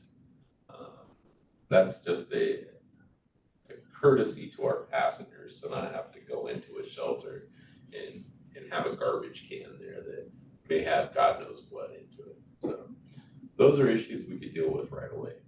Is there some way we can react to a complaint from the customer? I remember talking to a customer at the, what's it called there, North Astoria, East Astoria, heading up toward, no, it's more like the pond area, Mill Pond area. And they complained that the trash can was getting filled and no, wasn't getting emptied. Safeway, probably. Huh? Safeway. Safeway, okay. Yeah. So short of that, is there, the complaint should still come through? Yes. Someone's complaining about the receptacle. Yes. Okay. I also have noticed some things and had to sit and stop that some of our public doesn't have much good. And so it doesn't bother me to pick it up, but It's a technical term. Well, I think that, during the pandemic, and also when we lost service, Mary, you had a kind of a group of people that, I mean, the work was being, the trash receptacles were being emptied and things were getting washed up, you know, one way or the other, it's been, We still have Pretty people good. helping us, but it doesn't cover them all. Like at Safeway, the garbage cans do get emptied there, I mean, Okay. but they get filled up really Filled up quickly too. real fast, you know, yeah. So it depends on the routine, you know, and then kind of watching out. I think drivers can also view if it's a mess. Yeah, and then having somebody there that can regularly check them, yeah, it makes a very good impression on our passengers. Do we need an adopt shelter program? We've worked on that. That's a possibility. Okay. All right, so getting back to there, based on the preventative maintenance that I've observed with some of the buildings, the roof up here, it was kind of sketchy. In March of '24, we're gonna have the SDAO come out and inspect the Warrenton ops, and they're gonna inspect here. They're gonna go thoroughly over the entire buildings. They have drones, they have heat-seeking devices. They're gonna do a thorough inspection on our entire facilities. They're not gonna charge us. No, it's all free. Oh, okay. Yeah, Great. yeah. That's just the outcome that worked out. Yeah, the outcome, but then we'll know at that point, and then we can plan accordingly, moving forward to the future. Mary has showed me an estimate on the roof upstairs, or above us, and it's like, it was 40,000, 2011. So I can't even imagine what the cost would be right now. But these are the things we need to look at to make sure that internally we're good and we can continue to thrive as an organization. Quality of life was the holiday party at the TC, well attended. Fortunately, I was sick, but everything I heard was that it was a very, very nice get together. It was nice to have Santa Claus though. we missed a good party, we missed you. That's what I heard. All right, getting to service delivery and operations. Primary objective on reestablishing Route 15 at the resumption of federal funds reimbursements. At some point, we'll probably come back to you and see exactly what you want to do at this point. After going over the financials, do you want to continue to maintain and kind of build up our reserves a little more? Or do we want to reestablish services on 15 as soon as we can? Obviously, we'll do the right thing financially, but I hear so much conversation about Route 15. And so, but moving forward financially and being prepared for it, because the last thing we want to do is shut down Route 15.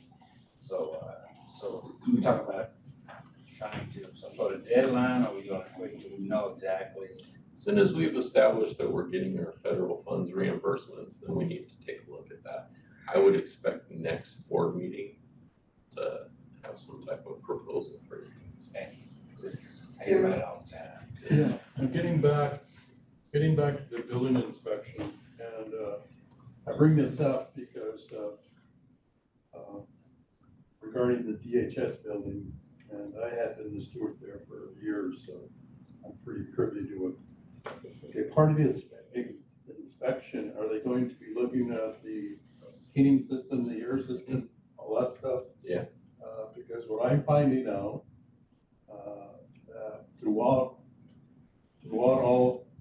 throughout the state, they are having serious facility issues, which includes fungus and all kinds of crazy things. So, I'm worried about what they're gonna find here, but I could only imagine.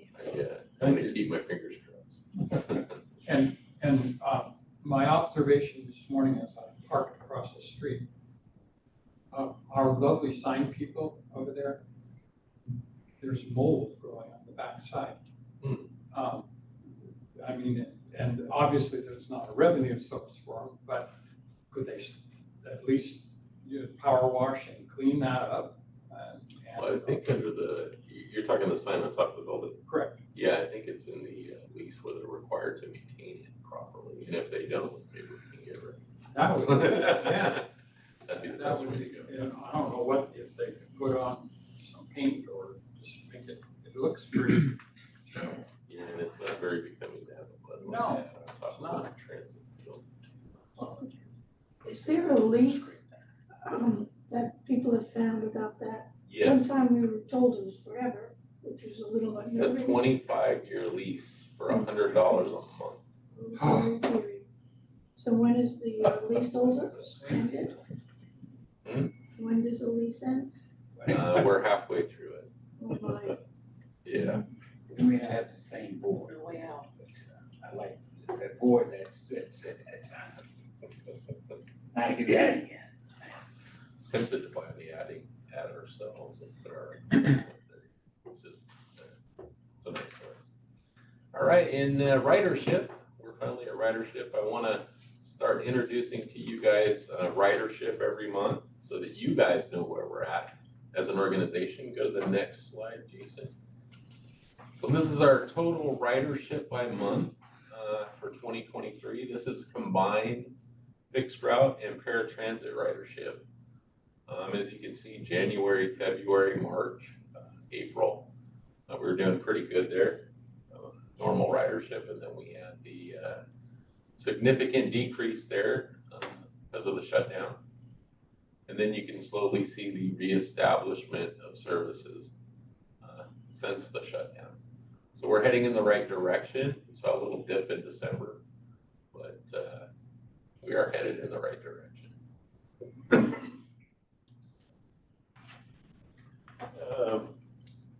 I think it would be helpful if, I like this, I think this is a metric that we need to be aware of, and it's a key indicator.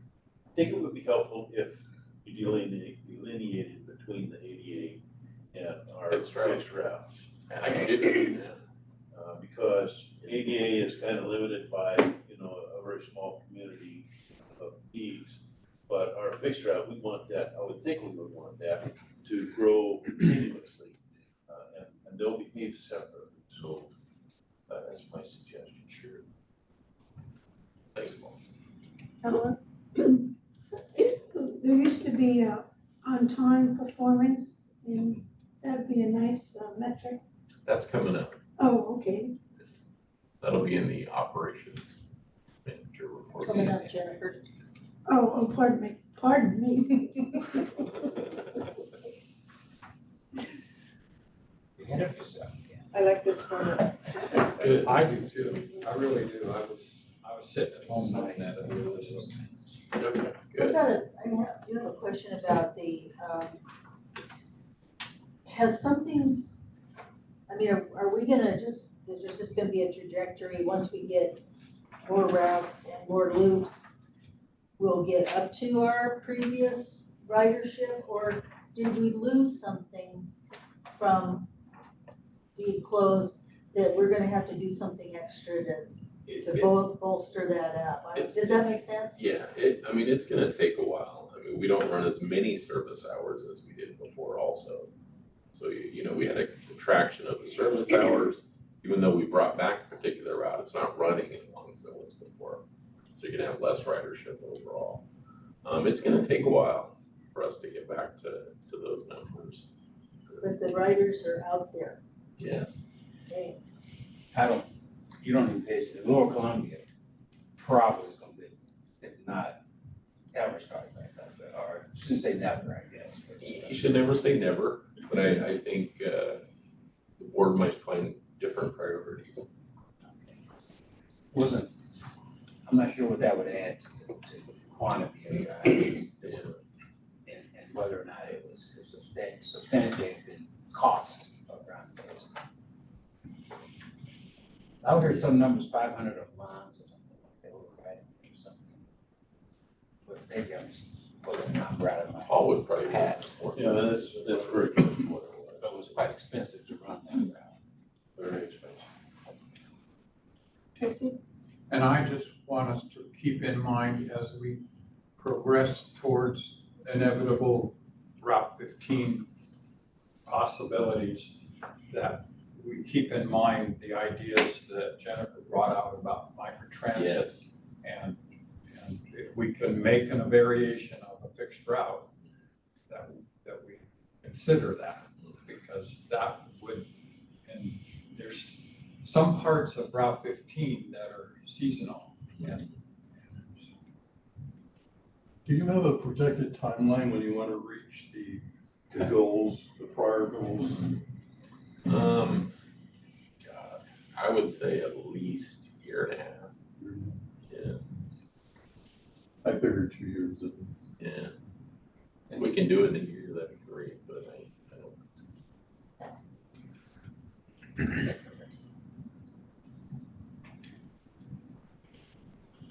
Oh, I'm sorry, Kat. I would not like to give up on the Lower Columbia. I know it's expensive, but in the future, I think we used it, and I think there's a lack of publicity. Also, some of the roads, I call them the pioneer trails, that you have to turn in and you lose a lot of time getting to the stop. So I think as a strategic plan for the future, maybe with microtransit, maybe cut down the number of times. Just don't want to give up totally on the idea of never having the Lower Columbia again. And I realize the expense, but perhaps in the future we could still pursue it in a different form. I'd like to spur my time to John, because Columbia County has quite a few of those stops. Yeah, I can tell you that, my personal observation of seeing the bus go through, let me say first, it drives me crazy when people do this to me, so I feel bad doing this, but watching the bus go by, it doesn't appear to be, for the size of the vehicle that was in use, the number of passengers on board, at least from a casual visual observation, seemed to me, I'm just gonna say, very modest. Now, that being said, we still get calls in our office for, hey, what time is the Columbia Connector gonna be there? Yeah, it's not. And so my board actually talks about this also, and or my advisory committee, excuse me, not my county commissioners necessarily, but put myself on the spot here, but perhaps at some point, at least, it might make sense to try to negotiate a partnership with Columbia County Ryder, because the Columbia County residents absolutely benefited from that service. And we, other than the use of the space, which was no cost to us, the county wasn't contributing to that, and county residents definitely availed themselves of that service. It seems like we discussed that. Charles, you gave your time away, so. I guess my thoughts would be, I agree. A van may do the same job as having 6 people on a trailway side bus, whereas a transport van, like you see they do hotel transfers. Sure. May be a better. Yeah, and I mean, that being said, Jennifer probably back this up. The savings is not dramatic as you reduce the size of the bus. It's certainly less expensive, better fuel mileage. The driver is the key component of the expense. So you can't, obviously, until the world of autonomous vehicles catches up with us, you can save some money with a smaller vehicle, but that alone probably wouldn't be a decision maker, And I was just, as I traveled those routes in Columbia and County and Jewel and Vernonia and all those places down in there, there's still a need, and there's still people that need to get from point A to point B in all of those counties. So we should commit ourselves to event, not tomorrow, because we won't get a Kelly nod on any of that. But long term, we need to address that, and we need, I don't know, maybe it's a combination point or a transfer. We go as far as we can and they come over as far as they can, and that kind of thing. That's what we need to do, to make connections for people and for the bus people. And in the future, perhaps to build partnerships like you have in terms of going along the coast. Because, I think there's certainly a need for it, and more publicity and advertising. There's certain hangouts in small towns that if you posted that, so there are a lot of possibility. Just want to push it, so it's always in the back of your mind.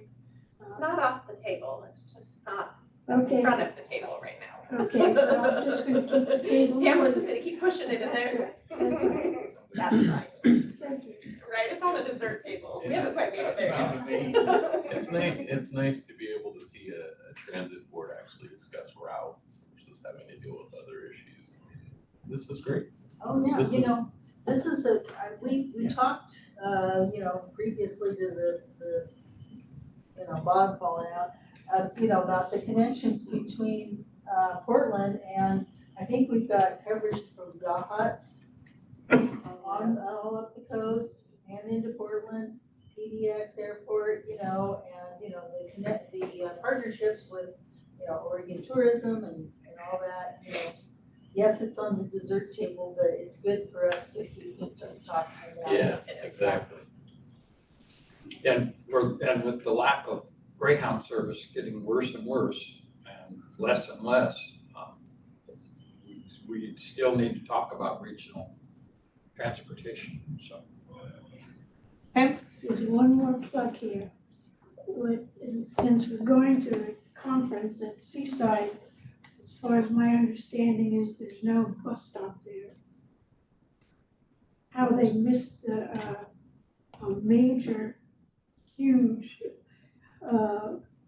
influx of people, and whether discussions could be, because if I understand correctly, you have to cross 101 to take the bus, which is a danger under any circumstances. Oh, sorry. Yeah. Oh, you're the wrong person all the time here. You have two sides for bus stops for the Point Bus. One's on Holiday and one's at the theater. But So you don't have to cross the highway, even though you're going, say you're either direction, coming or going, that's. right. coming or going. Oh, you do? Yeah. But- They make the diagonal westbound to the hostel and then down Holiday. Right, okay. So I was thinking that perhaps a bug in somebody's ear when you're going at the conference, perhaps to work out a bus stop. I think most people coming out here will be driving their cars. Oh. Pam's taking the Not bus. us. Pam's taking the bus. We can't have a whole service, as long No, as but we have one bus. I'm not talking about the board, I'm talking about the people Who tend, who, they come, who, coming to the SDA. or they wanna get out, or their hotel room is somewhere else. If they come without a car, we have to promote using transit. Well, that's something we can mention, And is if so- people are staying in Astoria, they can commute down to the meeting by bus. And your schedule has to be such that you get there on time. We might have missed All a right, train. let's, because they're not all transit people that Yeah, it's water. go to the SDA on coastal special Okay, districts. I'm pushing it here. The water Just board a thought. people. Jennifer, you have anything to add to your report? Good morning. Yeah, so just briefly over, Craig already shared about our district vehicle situation. So planning for future vehicles and where we're standing. We're spending more and more money on vehicles we're not using or not using as much as we were. So it is adding a cost, preventative maintenance and such, replacing batteries. Diesel buses have 2 batteries. So that is a cost.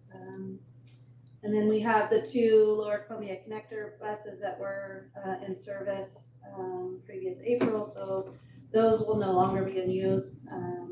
I know Arlo, we're working on selling those. We scrapped 6 buses. We do have additional old buses that have been in constant communication as whether we should use those. Currently, the maintenance uses those for parts. They are constantly looking at what we can utilize, what we already have on the lot. So we're saving money in that aspect. So they are a savings, even though they will never be put in service. And those are, not the motor coaches, but the other buses that are not useful on our current routes due to their odometers and stuff. So we need to probably look forward to that. It is a challenge being the size of the vehicle they are, and our current local towing company don't currently have a staff member that can tow them. So it took them a year to tow 6 buses from Warrenton to Miles Crossing. So just to let you know that it is not a quick thing to happen. And then we have the 2 facilities, Warrenton and Astoria, and Craig already kind of talked about the status of that and moving forward. And all of this is maintained by 2 people, operations supervisor and 1 mechanic. That's a lot for them.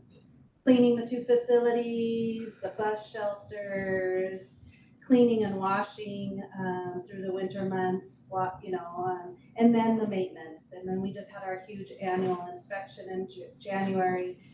So, and they were preparing for that.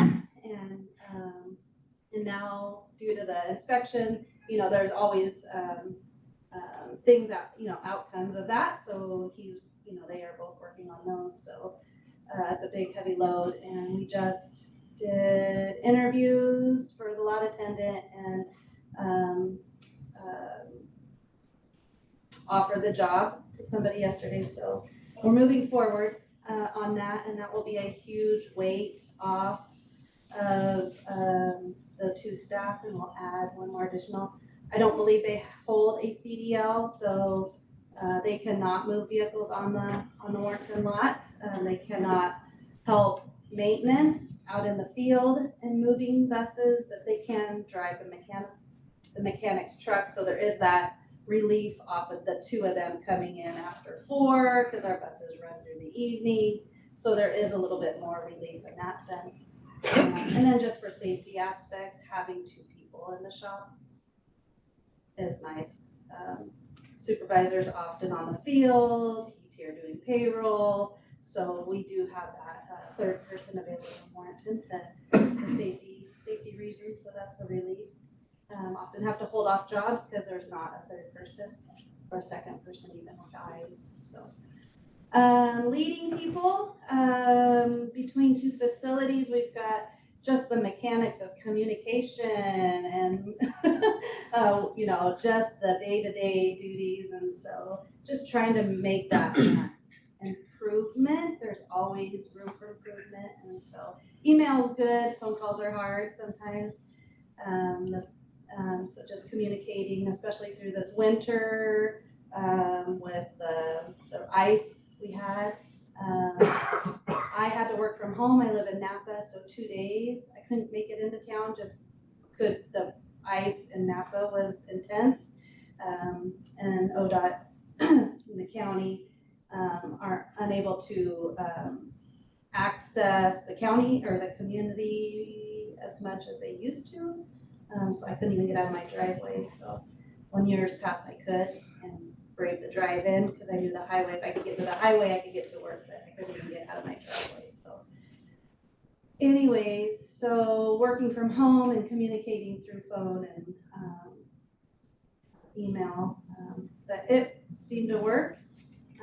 Tried to make as much communication because a lot has to go through letting the rider before the rider knows, like talking to those that can make it in and where are we at with buses and thawing out buses and road checks and is it safe and chains, and so yeah, we managed through that and it seemed to You work guys out. did well through that. Yeah. You did very well through it. And making sure all the office staff knows, Stephanie needs to know what services are running and letting riders know, so. A lot of people need to know, so. And then, we have regular team meetings, constant communication with the supervisors and where we're at and what's going on. And then two-way radios, there's often roads closed and, here and there, whether it's scheduled or unscheduled, and so communication through all the staff, all the way to the driver, so the driver knows what's going on. Fortunately, sometimes it's the other way around, the driver's telling us. But yeah, just making sure everybody knows, where we're at and what's going on. And then the trainings throughout the district, these are all what we have all been involved in. Eco Lane is constantly making updates and changes over. It's our auto dispatching for our curb to curb service. So they're making a major switch over from an old version into a newer version. And some of us are having a hard time letting go of the older version. But these are good things, so. And learning just all the reporting from national reporting to state reporting and staying on top of our assets and the status of our assets and making sure everything's lined out. We are on our third round of NDT reporting, so hopefully that'll be our last. Yes, please. Yeah, so that's a national reporting. So we're often asking Arla for help, so how to do it. Improving the organization, shelter project. So Tracy already talked about Sunset Beach and our status there. We knew that we probably wouldn't revisit till January. And so Kiwanis has their big season is December and some of the things that they're involved in, so. We're working on it. Yeah, and then the Ensign Lane, we have to have an environmental, what's it called, environmental, It's like a NEPA. Yeah. They call NEPA, Yeah, so- National Environmental Protection Act. yeah, so that we have to almost start over, and then the shelter, if moving forward, that would probably, if we put a shelter, there would be one we already have on site that looks just like the ones out here, not the great big, huge Building. shelter, yeah, so it'd be something way different. So we have to totally revisit that project, it's all new. The engineer that's working on the Columbia Memorial Hospital, project, that's been in the paper, he has emailed, last week, we haven't been able to make a connection. They are proposing to move the shelter, so we will be in communication with that. They're revamping the look and the Exchange Street, and I understand that's a large project, so hopefully be involved before any final decisions. And so we're not often asked to be a part of a project before they make final decision, because we'd like to give our insight on the needs of a bus stop. We were involved in Adopt a Family. There were 6 people in the family we got to deliver, so that was exciting. We always do that. And then I was asked at the last board meeting to just kind of keep you apprised of our service area and what we've brought back. We previous April had service leaving Astoria, driving through John Day, Napa, Swenson, into Westport. That is still not available. We do have Dial-A-Ride, and we've always had Dial-A-Ride as Perfect Curve. Through Dial-A-Ride is through Hammond, Warrenton, Monday through Friday, and it's available in John Day and Napa, Swenson on Tuesdays and Thursdays. So that's always been a service. It's a call-in, it's a scheduled service. So we do have service in those areas, but it is minor. It's also a miles crossing in John Day, and it is a larger cost than what the Lower Columbia Connector was. And then countywide, there's no service in Arch Cape, fixed route concerns, Hammond, Warrenton, John Day through Westport, and then Arch Cape, there's no fixed route service, so just, for that. And then the service delivery, new stops. I just wanted to say that even though we can't do any major, large service changes and bring back like we want, the small operation changes that we can make are huge on our community. So DHS, parts of it have moved to a new location. If you haven't heard, they have moved their services down on Gateway Avenue, which is down by England Marine and the old port building. And so we have moved, the Route 10 does service that area once a loop.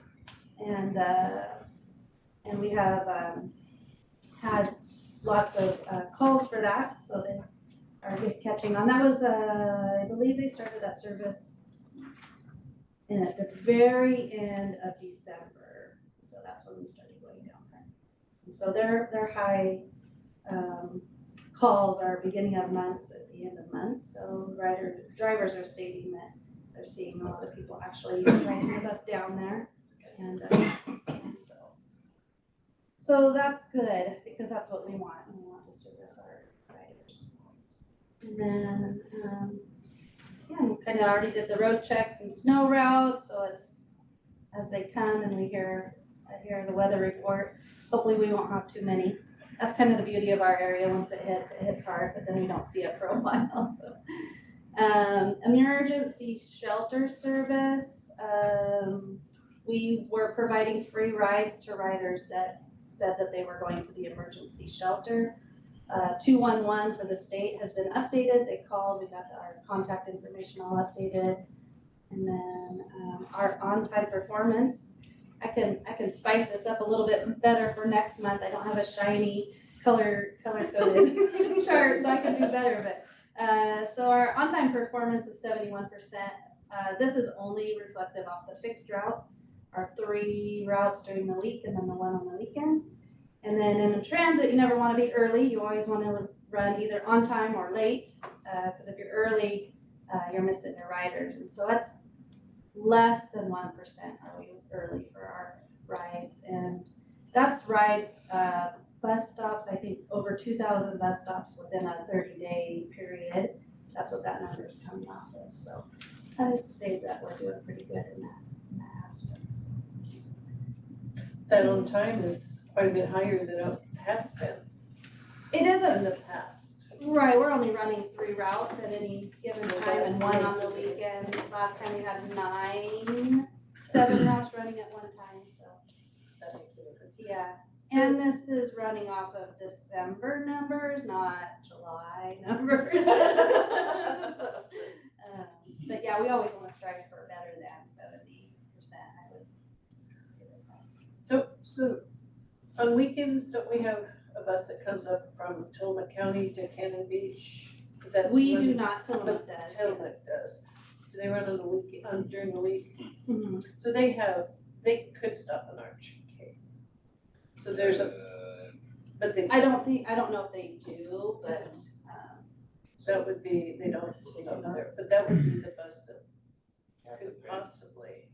They can wave them down.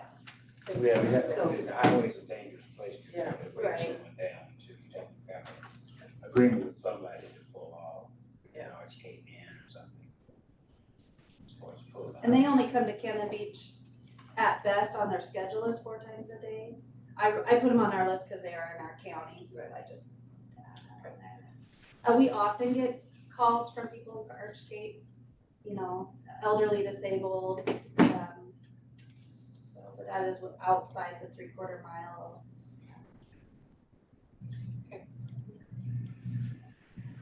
Any questions for Jennifer? Thank you. Thank you. Mary?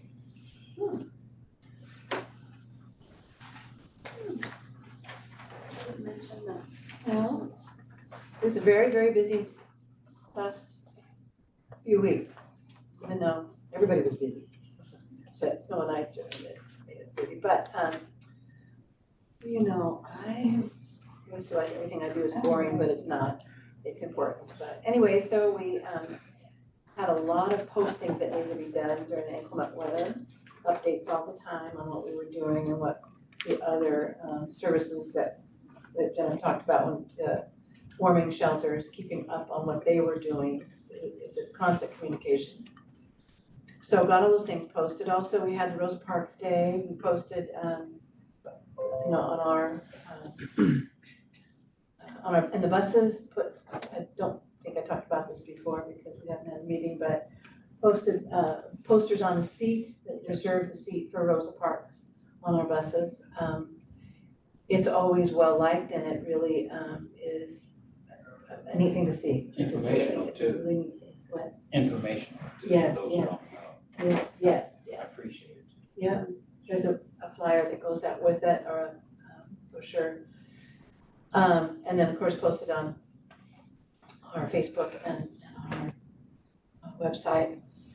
And then we had Martin Luther King Day, so posting about that as well, and in our shelters. So all this was also posted in the shelters, which is takes several hours for me to go from basically Safeway down to Cannon Beach and post in the shelters and then go back. And I also posted all of our holiday schedules and the changes in our holiday schedules in the shelters. Just kind of did a sweep for yesterday and kind of removed a lot of this because it's now outdated, so. And then we had a nice holiday party, and there was a lot of planning and a lot of motion with that, a lot of us helped with that, and I think it was a really nice success to have it here. I think it was very, very nice. And I worked on the policies, and we're gonna continue to work on those policies, which is very exciting because Paul and I worked on these policies in 2013. And it was when Paul got on the board here that he insisted that we have update the policies in 2013. So you can see a lot of these are from that. It's quite a while ago. Not a lot has technically changed, but a lot of rules and regs and stuff have changed for us. So then I attended several trainings. The ADA training was great. I've had it many times, but you can never hear that story enough, and you can never perfect yourself and your in whatever you're involved in, if it's transit or it's a huge thing to be in compliance with. You always learn something new. Always, yeah. And we have not had an ADA update on our policies for a long time, and many things have changed. Our routes are actually listed in here because they need to be specific of where our routes are going. So we have a lot of updating to do on that, and same with the Title VI, a lot of updating, which we're gonna get on, probably hopefully at the next meeting we'll be tuned to, hopefully. And that's about it. Thank you very Lots of fun. Thank you for everything you do. Very Yeah, good. oh, the other thing that I don't have, I'm sorry to interrupt you. No. Is the Writer Appreciation Day that's coming up on the 30th. It's posted on our website and stuff. And we do that in conjunction with the Homeless Connect.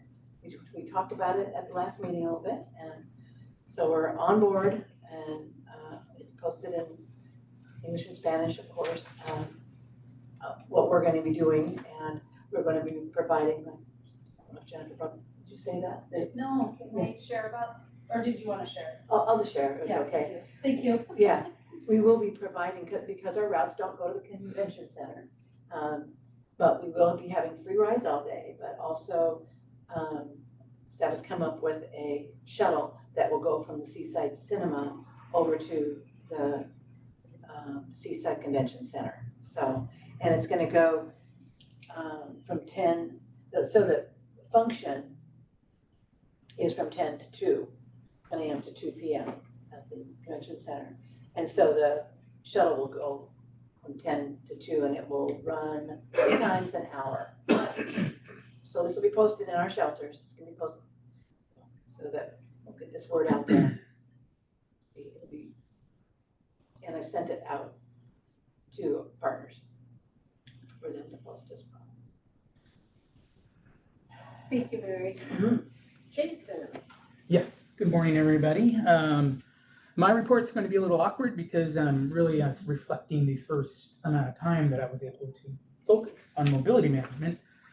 So it's been exciting, but a lot of dusting off of old things that I packed away, and communications with partners that I've worked with, rekindling those. So, and you'll notice my subheadings are a little different than what everybody else has, because mobility management, it's a little different. So remote accessibility, I had a couple of individuals that I just simply worked with on mobility device questions with, and those conversations can almost last the whole day, because it's like a give and take conversation. It's a little bit in the morning, a little bit in the afternoon, then they go out and ride the bus, and they call me back later in the day, and how it goes. So those were a lot of fun, and I'm glad I was able to assist those people. I do work with, I don't have a number right now, but it's between 10 and 15 individuals that I talk with over the phone and help them through our website. It's been relatively challenging, over the last several months to do that, but we do make it through, and they are able to get the information they need eventually. Then, of course, like I say, as far as the dusting off part, the biggest thing is what Mary was talking about with our outreach event at the Project Homeless Connect. I'm really excited about that. We're going to have a lot of fun. We're going to talk to a lot of people, and we are going to have a survey that we're going to bring out. I was hoping to have maybe that survey here in front of you guys today, but unfortunately that didn't work out.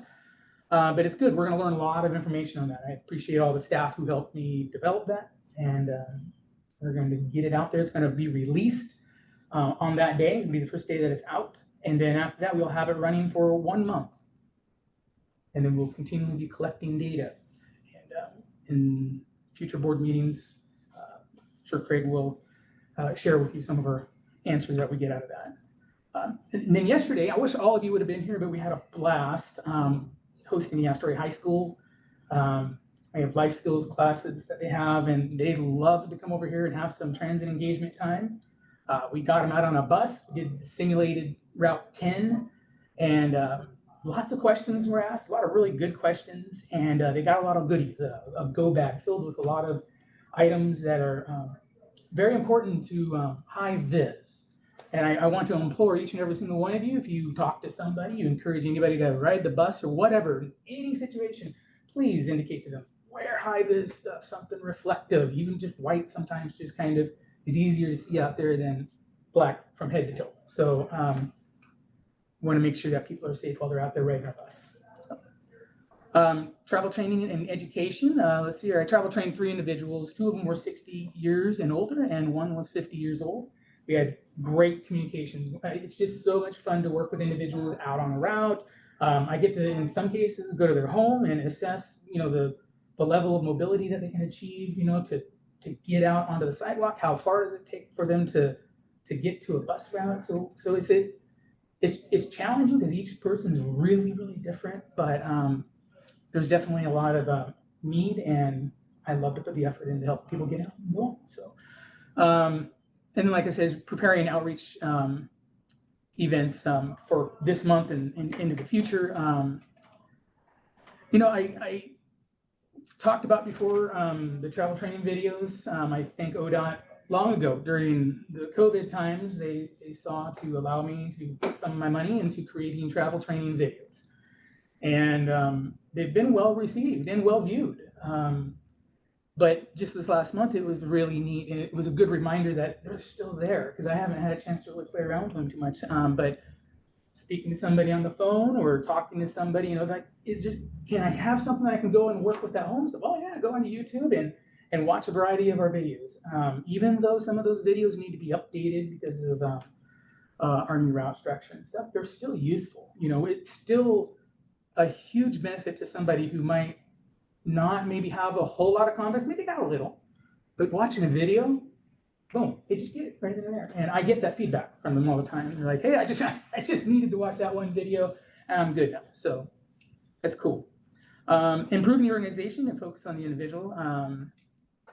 I still, even though I'm back in mobility management, the majority of the time, and by the way, I want to thank everybody on the staff who worked to get me back there. It was great that I was able to help, and I'm thankful that I was able to come back and support SCTD the way that I did before. But for those of you that don't know, I'm very passionate about mobility management. Okay, I think everyone here can attest to that, and I'm so thankful that I get to do that. But I still carry some of those skills that I learned when I helped, like Jennifer out at paratransit and so forth. So I can go back and help from time to time. So some of my time is spent helping them, not nearly as much as it used to be, but so still help out there. Just communicating and staying in communication with our riders. While I was working mainly in paratransit, one of the things that I called it kind of, sneaking off over into the mobility office just to sell it for once in a while, just remind me of what that was like. I was going through my list of past trainings, just calling them.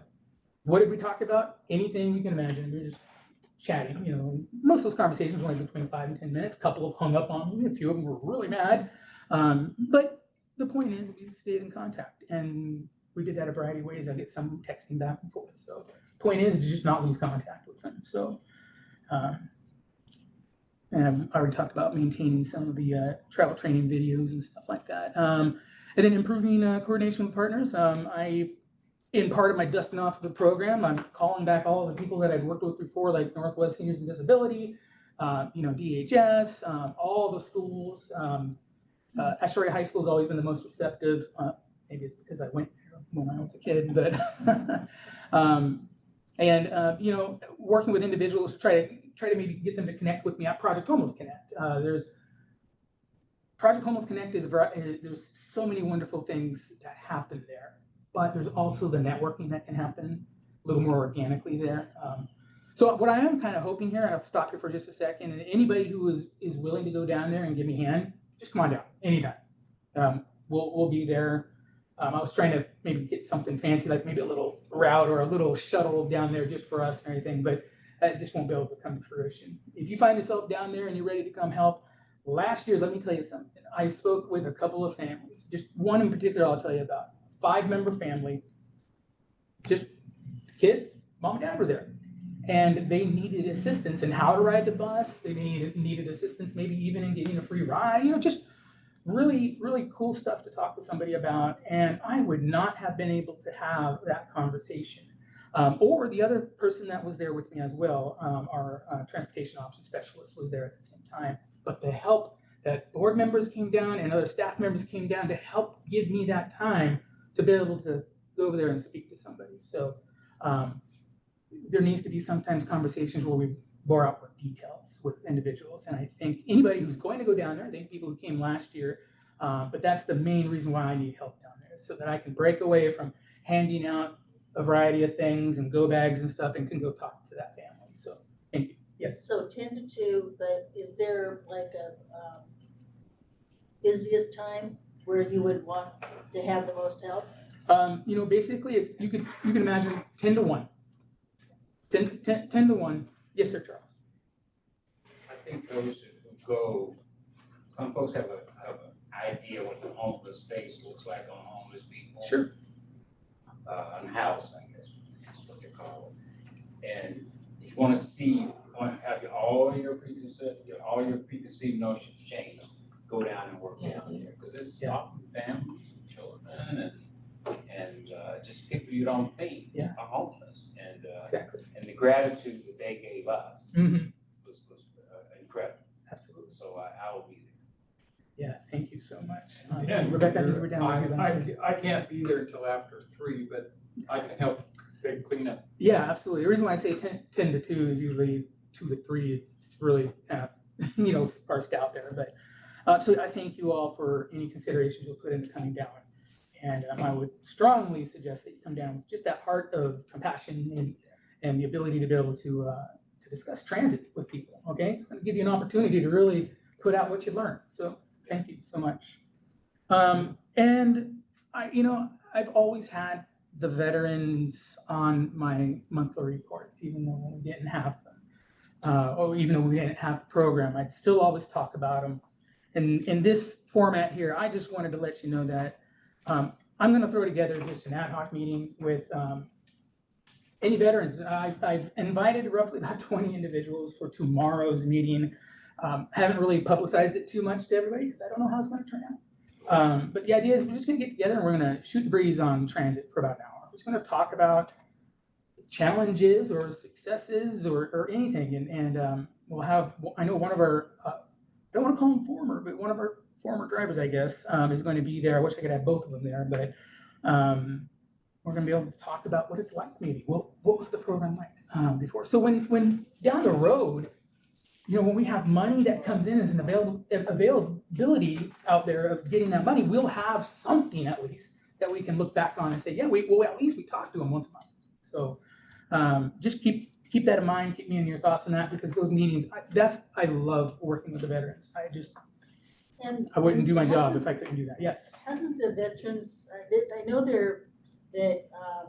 there's gonna be a new office by Safeway, is that correct? Yeah. Does that mean that services are gonna be expanded as well? Don't know. Yeah, well, it'd be interesting to know that, and what a natural partner. Yeah. For them, for us and them. Yeah, so it'll be good. Again, like I say, it's just to let them know, hey, I'm still thinking about you. I know SETD is still thinking about it. I know we wish we can get a program back, the funding to be able to do it. And as soon as it's there, I keep telling Kelly, if I can get $1, I'll make it work somehow. We're working on it. Thank you. Jason? Yes, sir. If I could make up for not being there on Tuesday, I'd be there tomorrow. You want to come tomorrow? What? Great, 10 o'clock over at the operations office, second building. Okay. Yeah. I'll be there. Sweet. Thank you so much. Anything else? Anyways, that's it. Oh, is that it? Sorry, Jason. No problem. Is there anything else for Jason? One question. When is your veterans meeting? Have you scheduled that yet? Tomorrow at 10. Over at the operations building, second building.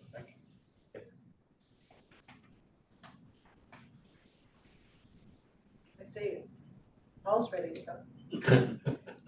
Is there anything else? We'll set up another policy meeting before we leave today.